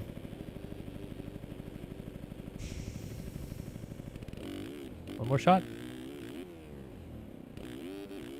Don't think I'm going to get there in time. Nope. Restart. Tire tap line is sick, though. All right. Main event time here in Indianapolis, ladies and gentlemen. Boys and gals. We'll hop back in the intermission screen for a little bit as we prep you guys for round 5 of the 250 East Championship. So Bryce Whelan has won 2 rounds. Rasmus Balzer has won 2 rounds. But because Balzer was banned for the second round, he has 37 points back in the championship. So right now, Bryce Whelan has a 22-point lead on Talon Zollers in this series. And if he has another good night tonight, he might leave here with a greater than full race distance advantage in this championship at the halfway mark. Balzer's looking to make it 3 in a row. He won the Triple Crown at Arlington. He won at Daytona last week. And, of course, Whelan's trying to win his 3rd race of the year. But everybody else is still looking for that first win of the season. See if they can perhaps get it done tonight in Indianapolis. Good to have all the live viewers still in chat hanging out. Looks like chat's been pretty lively.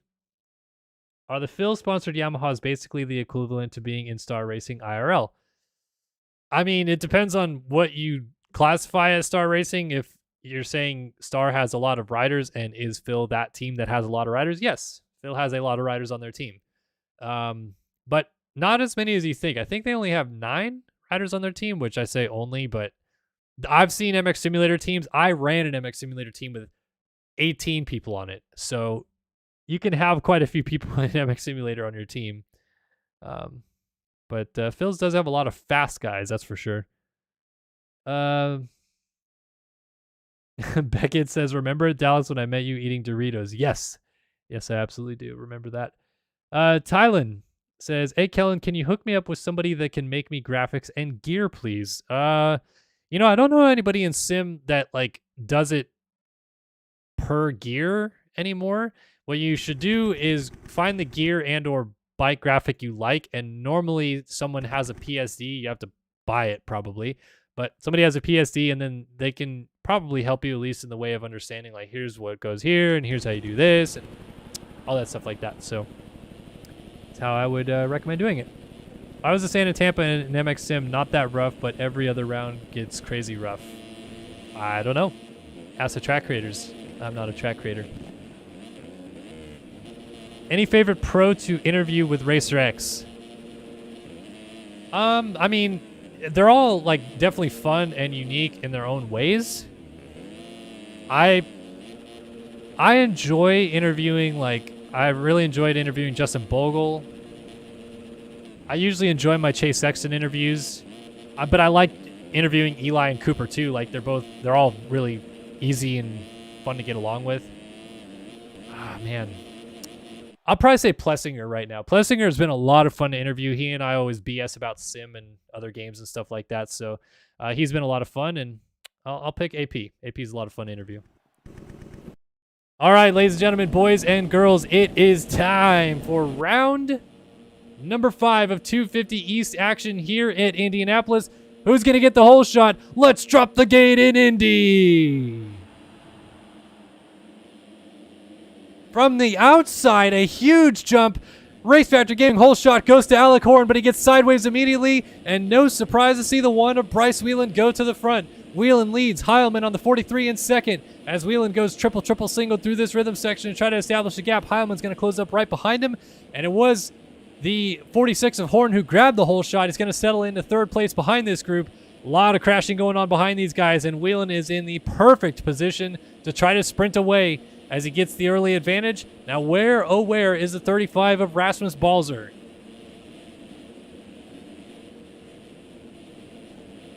Whelan still dealing with that pressure. Man, John Heilman on the 43 wants a piece of Bryce Whelan out front at the end of the first lap, scrubbing that finish line jump, going a little far through the mechanics area. But Whelan does lead that first lap as he tries to continue to get away at the front of the field, looking for the 35 of Balzer. 13th place for Balzer. Just moved up to 12th, actually, around Cole Gress. Oh, Heilman almost through the front door right there. Heilman off the side of the track now, losing time. Pass for second happening. Emmett Sund on the 413 goes up into second, but he's getting sideways. Heilman also getting passed by Alec Horn on the 46. Can Heilman get it back to the inside here? He does. Horn tries to square it off. Up to the triple jump as Sund goes down. Horn shoots into second. As Zollers now moves up into third place. Remember, Zollers is the man second in the championship standings coming into this one. 22 points behind Bryce Whelan. So Zollers stands to benefit the most from being close to Whelan. But Whelan is sprinting away at the front of the field right now on the one. Horn second, Zollers third, Nygren fourth, Allen fifth, Zellner sixth, and then Rasmus Balzer, who won his heat race and has been looking super solid here thus far. Looks like he just moved up into sixth position.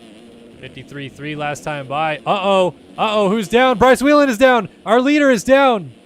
In the mid-rhythm section here before the whoops, the one machine hits the deck, and that opens up a world of opportunity for several other riders. But Balzer just went down in the same rhythm section as Nygren. Makes a mistake and allows Whelan back by. Mistakes aplenty already shining to the forefront here tonight in this 250 class. And Alec Horn, the Phil Ski and Snowboard 46 ride, goes to the front. 0 career main event wins to his tally. Could tonight be the night for the 46? The whole shot came from the midsection, almost the far outside of the gate. And so far, it's put him in a great position here at the front. Whelan still settling into third place there in the background as Zollers now in a position where he's gaining some points on Whelan. Whelan already closed up on the 182 for second, and the battle will commence. Triple single for both riders. Whelan to the inside, makes it easy in the end. Zollers with a mistake. So Whelan right on top of those whoops, getting through them clean. Zollers settles into third. Nygren outside, might get past right here. He does. Colin Allen on the 355 ride shoots up into fourth place, and a nice pass down the inside on that tricky 90-degree corner. So slippery, the traction here tonight at Indianapolis as well. Whelan up and over that finish line jump. Hard on the gas on landing. Zollers a mistake. Allen through into third. Weird crash by Zollers. Front end just kind of knifed on landing. It kind of stood him back up. It didn't crash off the bike, but lost quite a bit of time in the process. So he's now back into 4th position. Colin Allen right now kind of on the move. Lap time check with Allen, 52.1, 51.7 for Whelan. So Colin Allen trying to go with Bryce Whelan right now. Oh, that's not going to help. Down he goes, and right in front of Zollers, Nygren hops over top. Oh, that's not going to work right there either. Clay Alfrey going by Riley Hewen. And who is the other rider right there? Alex Zellner going down. So where is Balzer now? He down again. Where is... Oh, Balzer. Wow. 21st place for the winner of our last 2 rounds out. Not a good look right now for him. So we're going to have a battle for the lead potentially between a couple Phil Ski and Snowboard teammates of Bryce Whelan and Alec Horn. Might be going at it here soon. Whelan's been putting those 51s in, does a 53 flat last time by. Actually lost time to Horn, but right now he looks like he's closing up on him. At least from the eye test that I'm giving it. Whelan looking pretty solid through those whoops as well.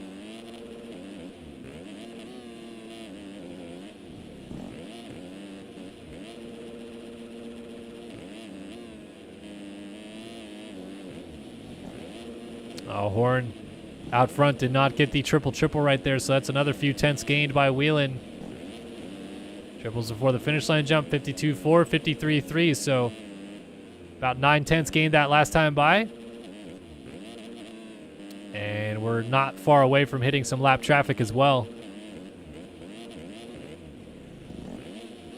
Yeah, there it is. Wow, Balzer is the first lapper they hit. Rasmus Balzer, a lap down already. That is very unfortunate for the Danish rider on the 35 as Whelan gets a little bit of the hops in the whoops right there. But that battle for the lead is coming up in a few moments.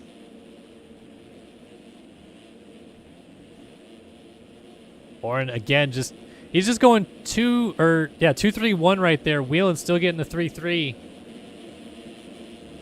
As Balzer there in the background, a lap down. Nygren looks like he has made it up into 3rd position. Zollers now looks like he is in 4th.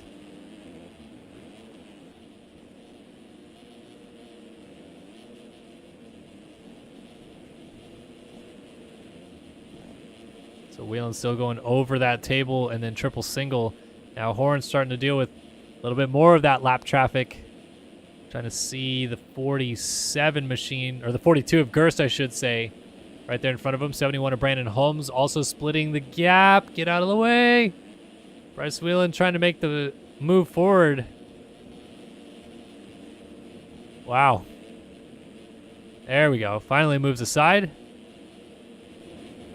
And Horn is just committed to not tripling into this rhythm section, so playing it safe might be the smarter move for him. Coming up on the halfway point. 7 minutes have come and gone. 8 minutes still to go, plus that lap in this main event. Oh, mistake for Whelan. Lost a little bit of ground right there. Here's Nygren. Back in 3rd, and then Colin Allen in 4th, about to lap Balzer. Cooper Hunt is in 5th. Talon Zollers has slipped back to 6th. Cole Gress is right behind him in 7th. In a battle for 7th, as Riley Hewen is closed up. Hewen on that 86 machine. John Heilman behind them, running in the 8th position. Seth Crotty is in 9th, or excuse me, 10th. Heilman is in 9th. Matt Cromie just outside the top 10 trying to sneak his way in. So close battles in some regards to some areas. Gress going to get passed by Hewen right there. And then they're right behind Colin Allen. Battle for the lead starting to boil up a little bit again.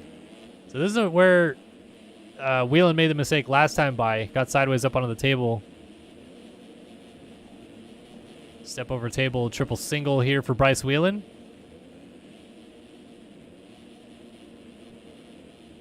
Nobody going for that triple quad line. I guess Balzer was the only guy in the heat races that was trying it. Maybe that's what cost him a lot of opportunities here tonight, but here we go. Bryce Whelan is closed up onto his teammate Alec Horn. Horn is doing a really good job of not letting the pressure get to him, of leading this main event. He's just hitting his marks, doing his thing. Still not going for that triple. wants no part of it, as Whelan actually just shorted the triple in, so I had to double single. And maybe that's Horn just being smart, knows that do what you can do the lap times you can run, and if it gets you to the top step, so be it. If not, just be happy that you ran the pace that you could.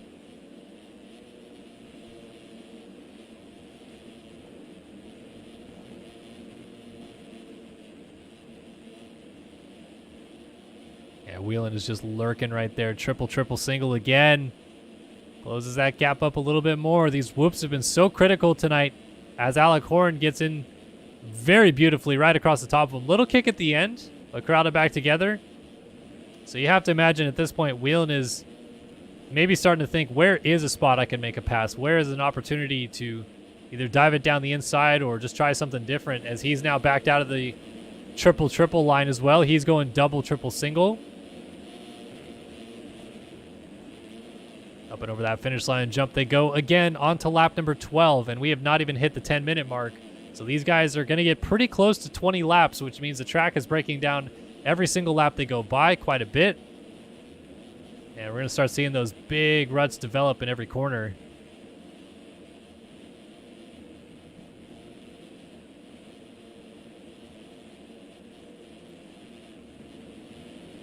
Into the whoops we go again as Horn continues to lead this race. Want to give a shout out to Devin Davis in chat with a $5 donation. Thank you so much for the support. Devin, he says 100K subscribers, but we can't get 100 likes. Come on, guys. Congrats on 100K, Kellen. You're the man. Hashtag 100 Kellen. No, thank you, Devin. I really appreciate all the support over the years. And thank you again for that donation. I'm sure we'll hit 100 soon. Oh, no, as Alec Horn gets into Tyler Nichols and goes down. Oh, that's a terrible way for that battle to end. And I don't know why Horn cut down so sharp in that corner. He looked like he was just going for the same line, but Nichols was already there.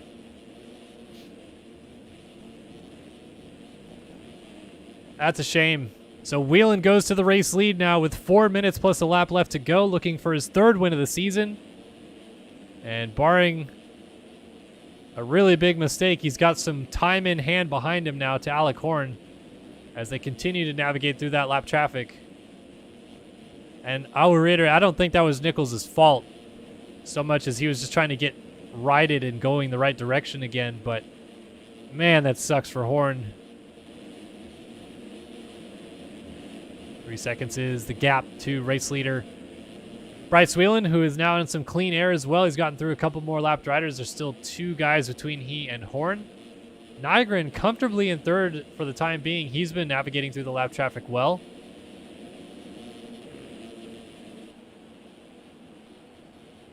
As Zollers still holds on to fourth behind him. And Zollers right now, as it runs, is definitely going to fall to over a full race distance behind Bryce Whelan in the championship, because he's losing 6 points right now, 7 points. So he'd go from 22 back to 29 back.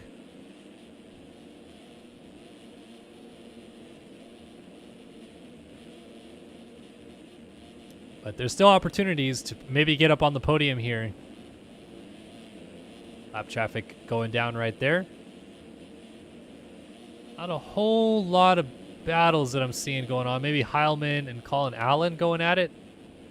Oh, well, Heilman just went down with Cole Gress in the corner before the whoops, and then Colin Allen got by both of them. So just as I see a timing and scoring update where the riders are close, then they all crash and break apart again. Oh, change for the lead, actually.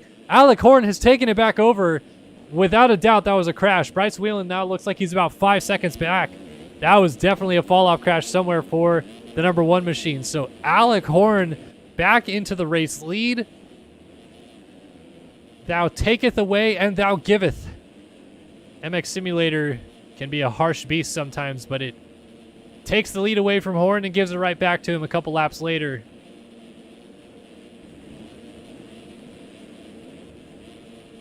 Now he's got 2 minutes left coming up on the clock. He looks a little flustered, perhaps. Is it potentially setting in the first career win? How big this could be for him, with Bryce Whelan still a little bit ways back, not on screen. Minute and a half left to go.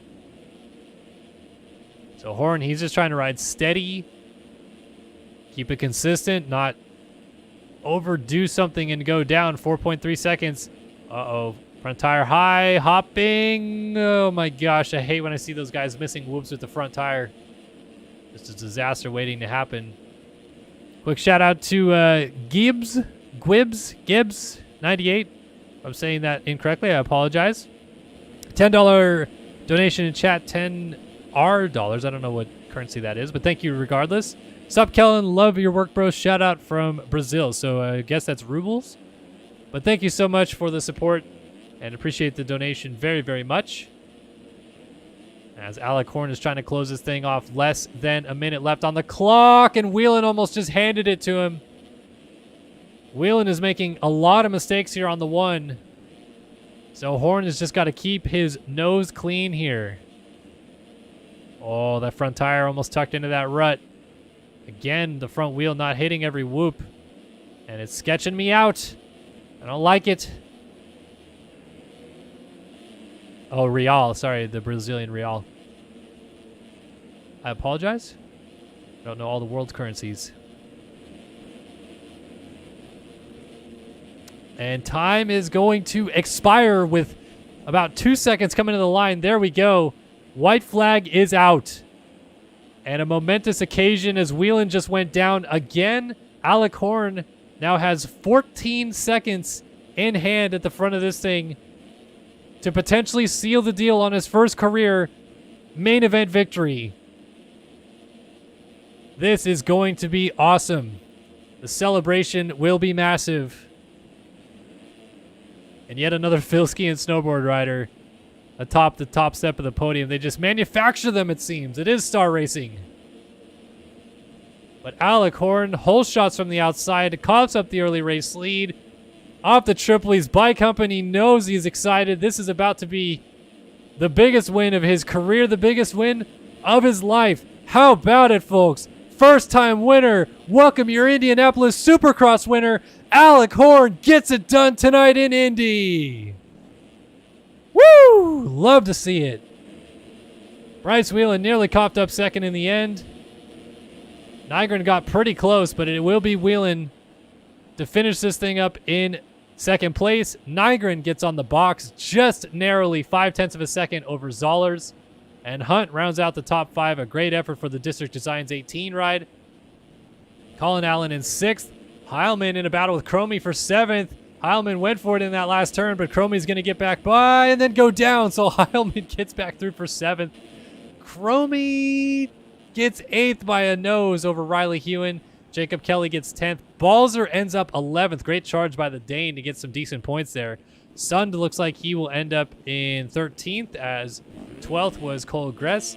Tyler Nichols, Kerr, McPherson, Crotty, Zellner, Alfrey, Cavacciuti, Holmes, and Gerst. Your running order in this one as we wait for those penalties to come in to solidify this one. But Alec Horn is the man of the night. Well done, Sunshine.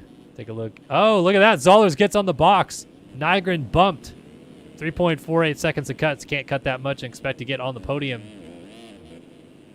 And Cromie drops to 9th, so Hewen gets back by for 8th as Jacob Kelly rounds out our top 10. But the man of the night, the man of the hour, first-time winner, Alec Horn, wins Indianapolis. Well done.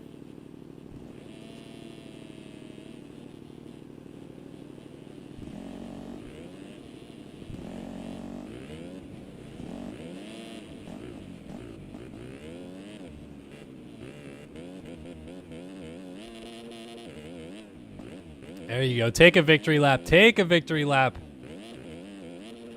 Oh, I remember when I won my only moto, how good that felt.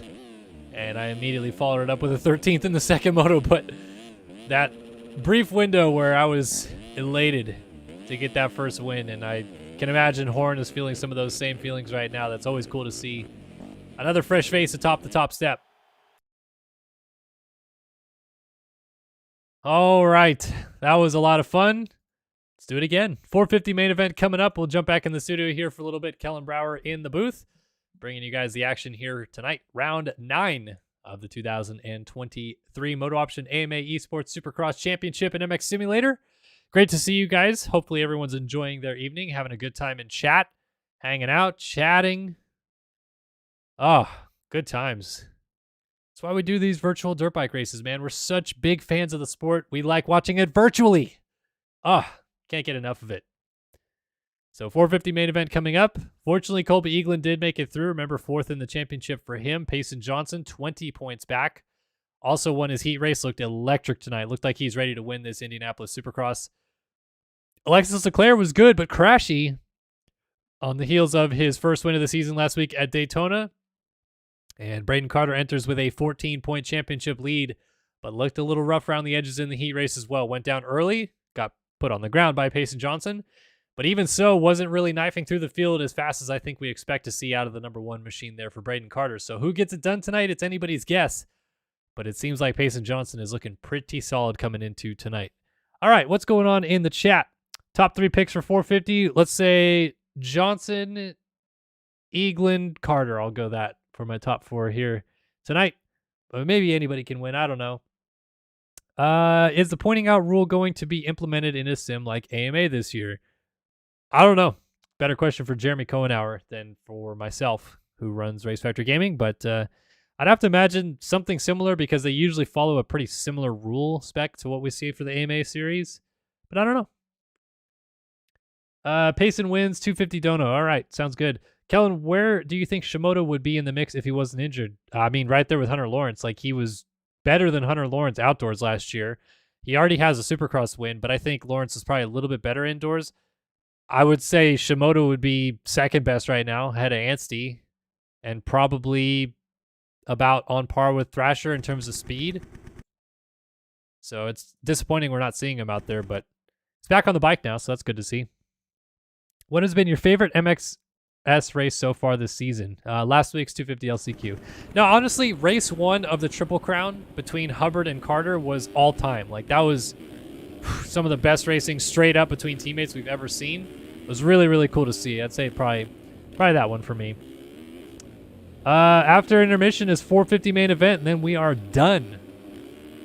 And next week is Detroit. So Indy this week, Detroit next week, then Seattle, then a week off.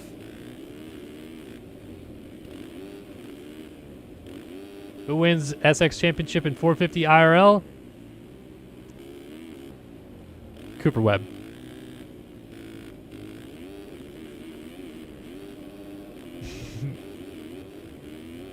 All right, here we go. Are you guys ready? Because I am. Let's do it. 450 main event time here in the great state of Indianapolis, the Hoosier State.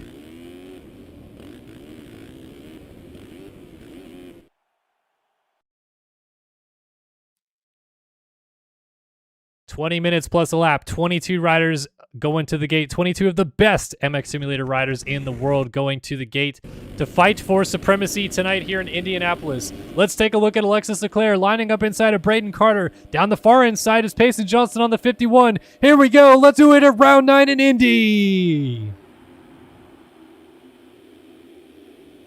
Oh, Carter and Leclerc tap each other. Adam Holm rips the Race Factory Gaming Hole Shot Award from the outside. The 17 Phil ski and snowboard ride out front from his teammate. Braden Carter right there in second on the 1. And this is huge for Carter to get a good start. Johnson's up front as well. Tyler Lang on the 5 is there. Leclerc is in the mix as well. This is a great start to the race. This is what we want to see as Adam Holm on the 17 leads the main event. Coming back to racing this time after a brief hiatus into retirement for the 17 machine, leads on the opening lap here in Indianapolis from his teammate Carter. How long can he hold on before these two behind him really put that pressure on and try to go to the race lead? Oh, this should be a fun one with Johnson right there in the mix on the 51. Carter maybe wants to have a little bit more urgency with his teammate. Over the finish line jump on lap number 1, and there it is. Holm allows Carter by, blocks Johnson in the next corner. Johnson inside right here, going to try to make the pass on Holm. Crosses back over. Holm tries to double over top. Johnson gets by into second place. Might be going for the lead on Carter. No, backs out of the challenge. Holm settles into third. It's Carter from Johnson. Holm in third. And everybody else giving chase behind the number 1 machine. Look at the 5 of T-Lang in the background with Leclerc closing up on Adam Holm. This is good right here, folks. Strap in for this one. 20 minutes plus a lap. 450 main event. Carter versus Johnson has been an ongoing saga this year. Two guys that got into it a couple times already. At one point, they apologized to each other and said all is good, and then all was not good after Anaheim 2 when Johnson teed up Carter in that second race. And so far, it seems like it's been a little bit of a takeout war ever since. So will we see it again here tonight? Both of them going for that tire tap onto the table. Gap has opened up a little bit behind them to third place.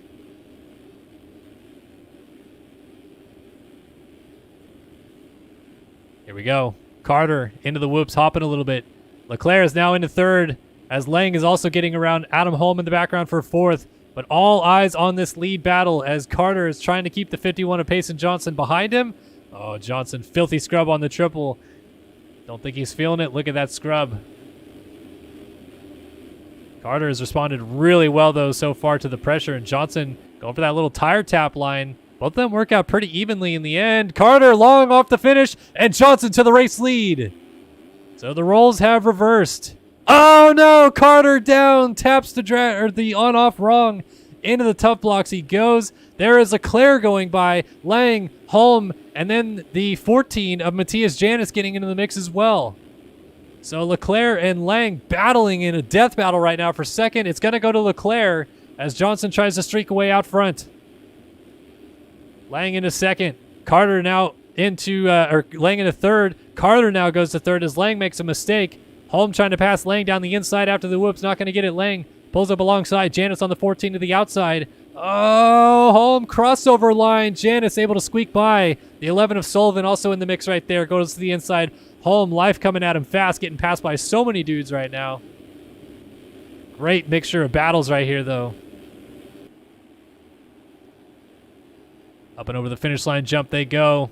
There's Carter in third. Leclerc just ahead of him on the 7 machine in second. Lang on the 5 in fourth. Janis fifth. Sullivan sixth. Holm seventh. And then Eagland in eighth. So 24 for Colby Eagland has found his way a little bit into this mix. And the question at this point isn't who's going to beat who from this group. It's is anybody going to catch Payson Johnson out front. The 51 machine on the District Designs ride pulling away. But there is still so much racing left. 16 minutes of racing still to go. And Johnson, as we've seen in the past, is not necessarily out of the woods just yet. Battle for second looks like it's about to start brewing. Really intense battle for fourth, though. Janis with the pressure from Sullivan on the 11. Lang right there on the 5 going long on the finish line jump. Almost got swapped out. All nose to tail right here. Look at Eagland closing up on Adam Holm from 8th. So Eagland on the 24 ride. Oh, side by side. Sullivan down. I thought that was going bad. Got collected in the side of T-Lang, I believe it was. And then Janis went down in the very next corner. Leclerc's down in the whoops on the inside. And Carter was down also. So Carter's now behind all these guys. As there is Eagland. Oh, Leclerc and Carter come together big time. The champ is down before the Supercross triple. As he gets going, he gets hit by Hubbard from behind. Kind of pushes him over the jump. Then Leclerc was down in the next corner. Everything is falling apart right now for our championship contenders. This is first and second in the championship right now in 8th and 9th respectively, I think. And this is massive for Payson Johnson if these two continue to fight like this outside of good points-paying positions. So Johnson's lead, 16 seconds on Adam Holm now. T-Lang in third. You got Eagland already up into fourth. Bodie Parker now finds his way inside the top 5 as Carter is down again. He cased the quad. He was in 6th. Sullivan goes through for 6th. Leclerc 7th. Seabolt 8th. Janis is now 9th. Anthony Pachone in 10th. Braden Tharp ahead of these guys. Hubbard now in 12th. And Carter all the way back to 13th. Wow.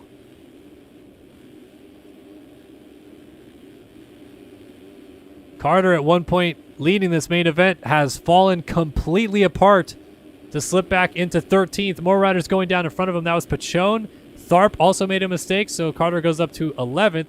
Now right behind his teammate Hubbard has moved into the top 10. Here's Janis in 9th. Seabolt 8th. Leclerc 7th. Sullivan now in 6th. Parker is inside of the top 5. Great ride for Bodie Parker.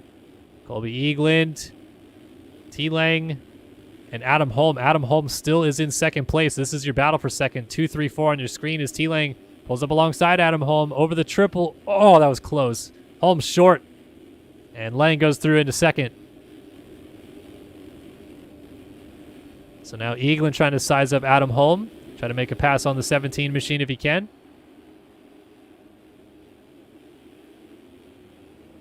So they are still 2, 3, 4, but the order has changed. As now Lang moves up into second place. Remember, Lang won Indianapolis last year. So he feels comfortable apparently inside of this stadium. Eaglin trying to figure out a way around Holm, and this might be it. Quads down the inside and gets it done. So the 24 District Designs machine moves up into third place. District Designs 1-3 at the moment, with Johnson leading, Eaglin in third, but Tyler Lang splitting them on the JIBR.co number 5 ride.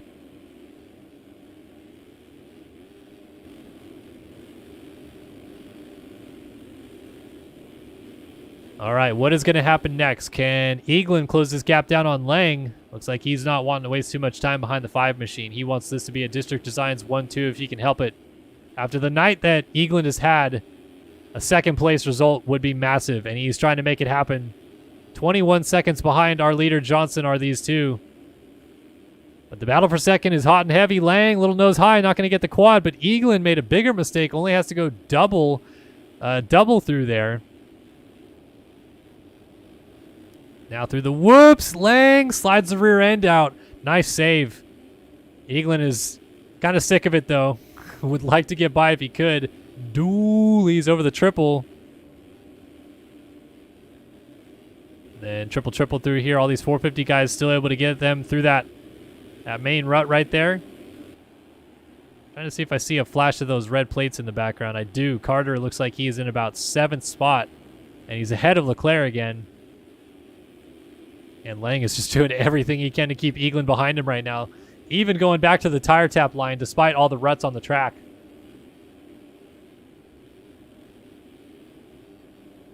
And I don't even see Johnson in the picture when we do far shots at this point. He is so far out in front. Adam Holm, Luke Sullivan still back there in the fray. And Lang is doing a masterful job of keeping Eaglin behind him. I stuck with this battle because I expected it to change at some point in times here.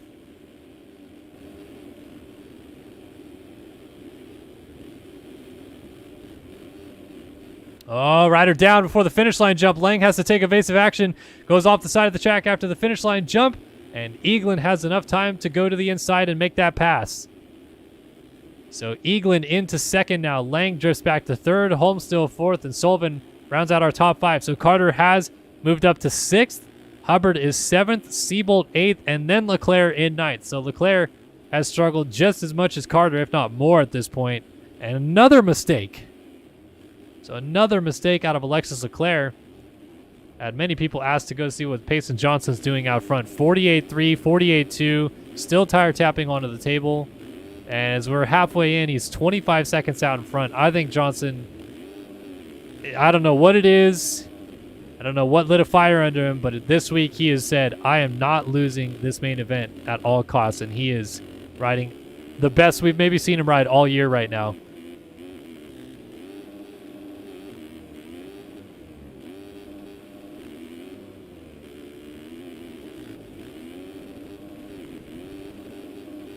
Still scrubbing everything wide open, doing this little tire tap thing before the finish. 48-1, so dropping back down. He did a 47-9 in his heat race. And look at how gnarly this track has gotten with some of these ruts as well. 26-second advantage, still doing this line over to the tire tap onto the table. Rider down, is that Adam Holm?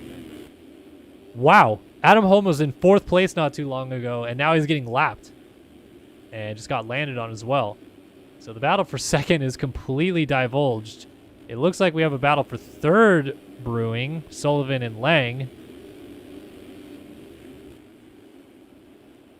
And then Carter closing up behind them. Hubbard coming with Carter as well as they weave through some lap traffic. Seabolt having one of his better nights of the season. We haven't seen the number 10 Covenant Ride 2020 Supercross champion Jeremy Seabolt up in the front too often this year.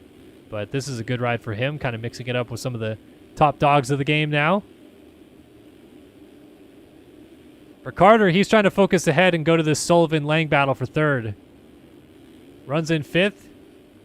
As it stands, he would lose out on 7 points towards Payson Johnson's way. So Johnson would go from 20 back to 13 back and then regain second place in the championship away from Leclerc as well. As Carter now finds himself right behind Sullivan, going to pull up alongside on the finish line jump. Dualies! Sullivan holds the inside advantage, though, and keeps it. Now Carter steps off and goes far inside through the tough blocks right there. Yeah, that was a poor line choice. I knew why he did it. He didn't want to stick behind Sullivan, who was getting a little bit whiskey going to the outside, but cost him more time than it gained him. But they're still all right behind Lang in this battle for third, as Johnson is 18 seconds now in front of Eaglin, so he went down somewhere.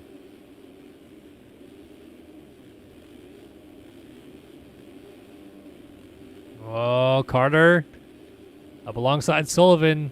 Sullivan holding his own weight very well right now, and really all season in this 450 class in his first full year in the 450 class. There's Carter again, same line, dualies again, and Sullivan again defends the inside. It's how that line works is that the better option is to tire tap. It's a little bit faster, but because of the lines the way that they are, he ends up on the outside every time to do the tire tap into the next corner. So you have to be close enough to get it and then close the door into the next corner and hope that whoever's on the inside doesn't just push you wide, basically.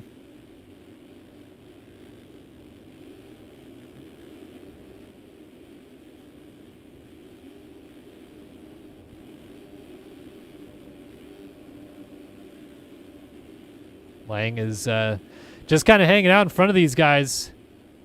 Here's Johnson again. So he did go down at some point because that gap has come down, but it looks like he's back to his old ways once again. And still this battle for third remains pretty close. Hubbard's actually kind of inched up to it while they continue to battle each other. And then Siebold over the line. Janice has gotten around Leclerc. And then Castellaneta is already a lap down. So Leclerc is the next person to be lapped, and he is currently in 9th position, I believe. Yep. Trying to get back around Janice with this tire tap line. Might get it into this turn. Yep. Up into 8th goes Leclerc. Oh, Hubbard with a slide out. And still this battle is close, but not close enough.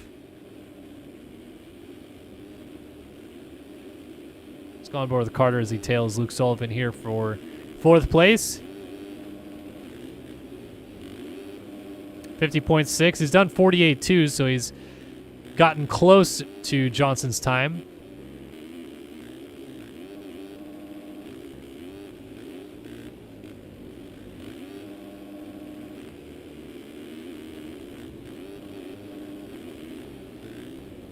Triple quad right there for Carter. Easily done. Sullivan doing a masterful job, though, of keeping Carter just right in front of him. Or I should say right behind him, not right in front of him. Carter's got Sullivan right in front of him, and then lap traffic aplenty. Actually, Lang is one of those riders up ahead of them.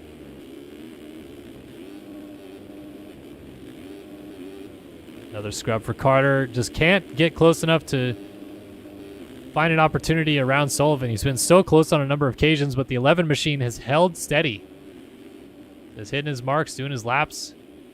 Lang has not been able to lap the 30 of Braden Tharp. Tharp is being a bit of a nuisance, and finally it falls apart for Sullivan, who goes flipping through the front door. Unfortunate, because he's going to lose the spot to Hubbard as well. And maybe Leclerc? Nope, Leclerc's still too far back. But now it is, Carter versus Lang for third, as Tharp finally gets out of the way. And, oh boy, that was close. I don't think Lang realized that Carter was going to be that close to the inside, but Carter shoots by onto the podium. He's now in 3rd place. So Johnson out front leading this thing with 4 minutes and a lap left to go, running 48.5, 16-second lead, weaving through lap traffic quite well. Doesn't need to push much harder.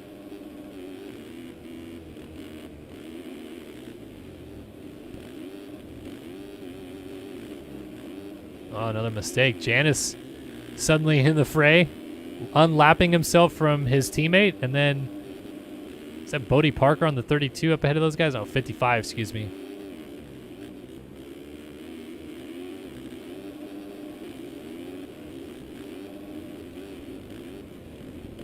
That was Sullivan down again. Oh, same spot too. Starting to show just how much this track is coming up and biting these guys.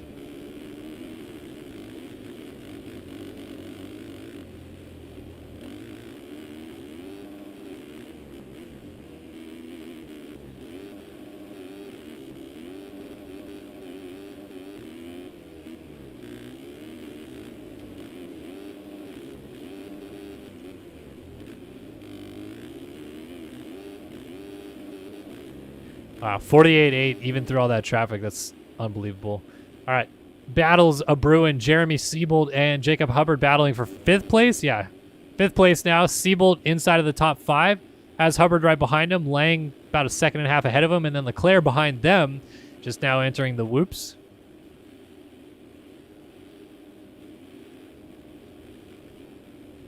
So Hubbard putting the pressure on. Lang avoiding a downed rider right there. Lang has quietly put in a very consistent and solid main event, and as I say that, he goes down. Unbelievable for Tyler Lang.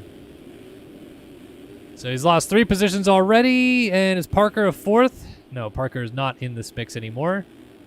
So he got going in front of Janice. Leclerc trying to salvage some decent championship points as Siebold goes down, tucks the front end on corner exit.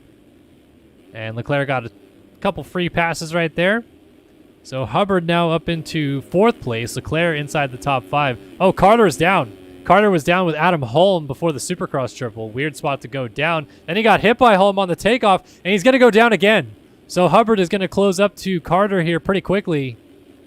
Don't see a world where Hubbard passes Carter. Maybe he does. I don't know. It's still pretty early. But championship picture-wise, Carter is losing 5 points right now to Johnson. And so Johnson's going from 20 back to 15 back in the championship. And Leclerc, who was 7 points up on Johnson, I think now is going to pull into a dead tie with him. Or actually, no, he'd be 1 back. He'd be 16 behind Carter, while Johnson is 15 points behind Carter.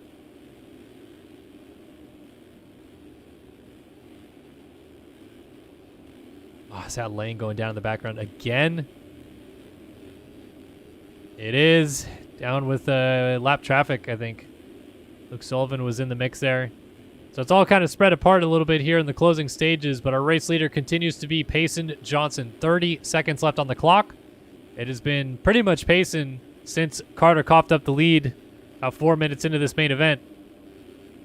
And the 51 machine has just simply pulled away. What's remarkable about Johnson as we get to round 9, though, is he's only won 1 main event this year. That was back at Oakland at round 2. So it's pretty remarkable that as fast as he is, he's only got the 1 win under his belt so far. But this win, if he holds on for it at Indy, is going to be huge because it'll be a big tide shift for him to try to get back into this championship hunt. Whereas Oakland was, it's early. We don't know what everything's like yet. Still got to feel it out. Now we know. We know Carter is here to play. Leclerc has been solid. So Johnson has to start winning and claw these points away. And this is the right way to do it right here. Get out front, pull a big gap. Only had 1 fall-off crash that we know of, and has since just kind of leveled out his advantage. So how many people has he lapped? Is he lapping Siebold right now? I think he should be right behind him or right in front of him. I don't know, he would be right behind him, but he went down, actually. Excuse me. So he went down, and suddenly it's a little too close for comfort, perhaps. He has lapped Leclerc. Matthias Janis also about to go a lap down, almost. The white flag is out, so as long as Johnson just has a semi-decent last lap here, he should be good to go. But Johnson's trying to keep Leclerc behind him. Leclerc cuts across, puts Matthias Janis on the ground, excuse me. And Johnson is just like, I don't know, dude. I don't want to be involved with this. If he goes down again, though, England is kind of close enough where you have to think, oh, this is a little bit weird. Either way, final couple straightaways. Looks like he's content to let it play out in front of him and not get involved. And finally, the breakthrough has happened again. Second win of the season is underway. Payson Johnson takes Indianapolis. Eagland will have to settle for second, and he went down again late. Carter would have been closer had he not had his problems, but it will be Eagland crossing the line now, 16 seconds down in second, and Carter will round out the podium, of course, to retain his championship lead, but it is now down to 15 points for a championship lead. Jacob Hubbard looks like he is going to be in fourth place here tonight, and Siebold actually will round out the top 5. So Leclerc loses another crucial point. He'll be now 17 points behind Carter with a sixth place finish, here tonight. But he was the last man still on the lead lap because he unlapped himself to pass Matthias Janis. So there we go. Still waiting on one guy to come across. Sullivan, Lang, Janis, and Castellaneta was the top 10 behind that. Everybody ahead of them stayed status quo after penalties. Behind that, it was Holm, Tharp, Blakely, Parker, Hall, Davis, Larson, Stevenson, Parks, Rockefeller, Pachone, and Trevor Spencer.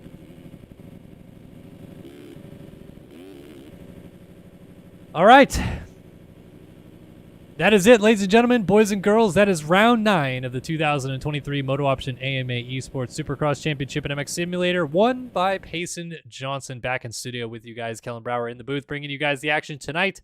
Live on Start Your Systems, Init Esports on Twitch and ESTV. Thank you guys so much for tuning into the 9th round of this championship. A lot of fun was had. Good racing all around. And congrats, of course, to our winners for taking home the dubs here tonight in Indianapolis. One final thanks to, of course, MotoOption Clothing, Phil Ski and Snowboard, Underground RC, and Race Tech Suspension for being the sponsors of this series, as well as all of you guys that tuned in tonight and watched round 9 of this championship. Thank you guys so much for tuning in. Thank you for all the donations, and thank you for all the support as well to get us to 100,000 subscribers, which we now have that lovely plaque on our wall behind us. So thank you guys so much for all the support over the years and all the continued support that we have. Round 9 is done.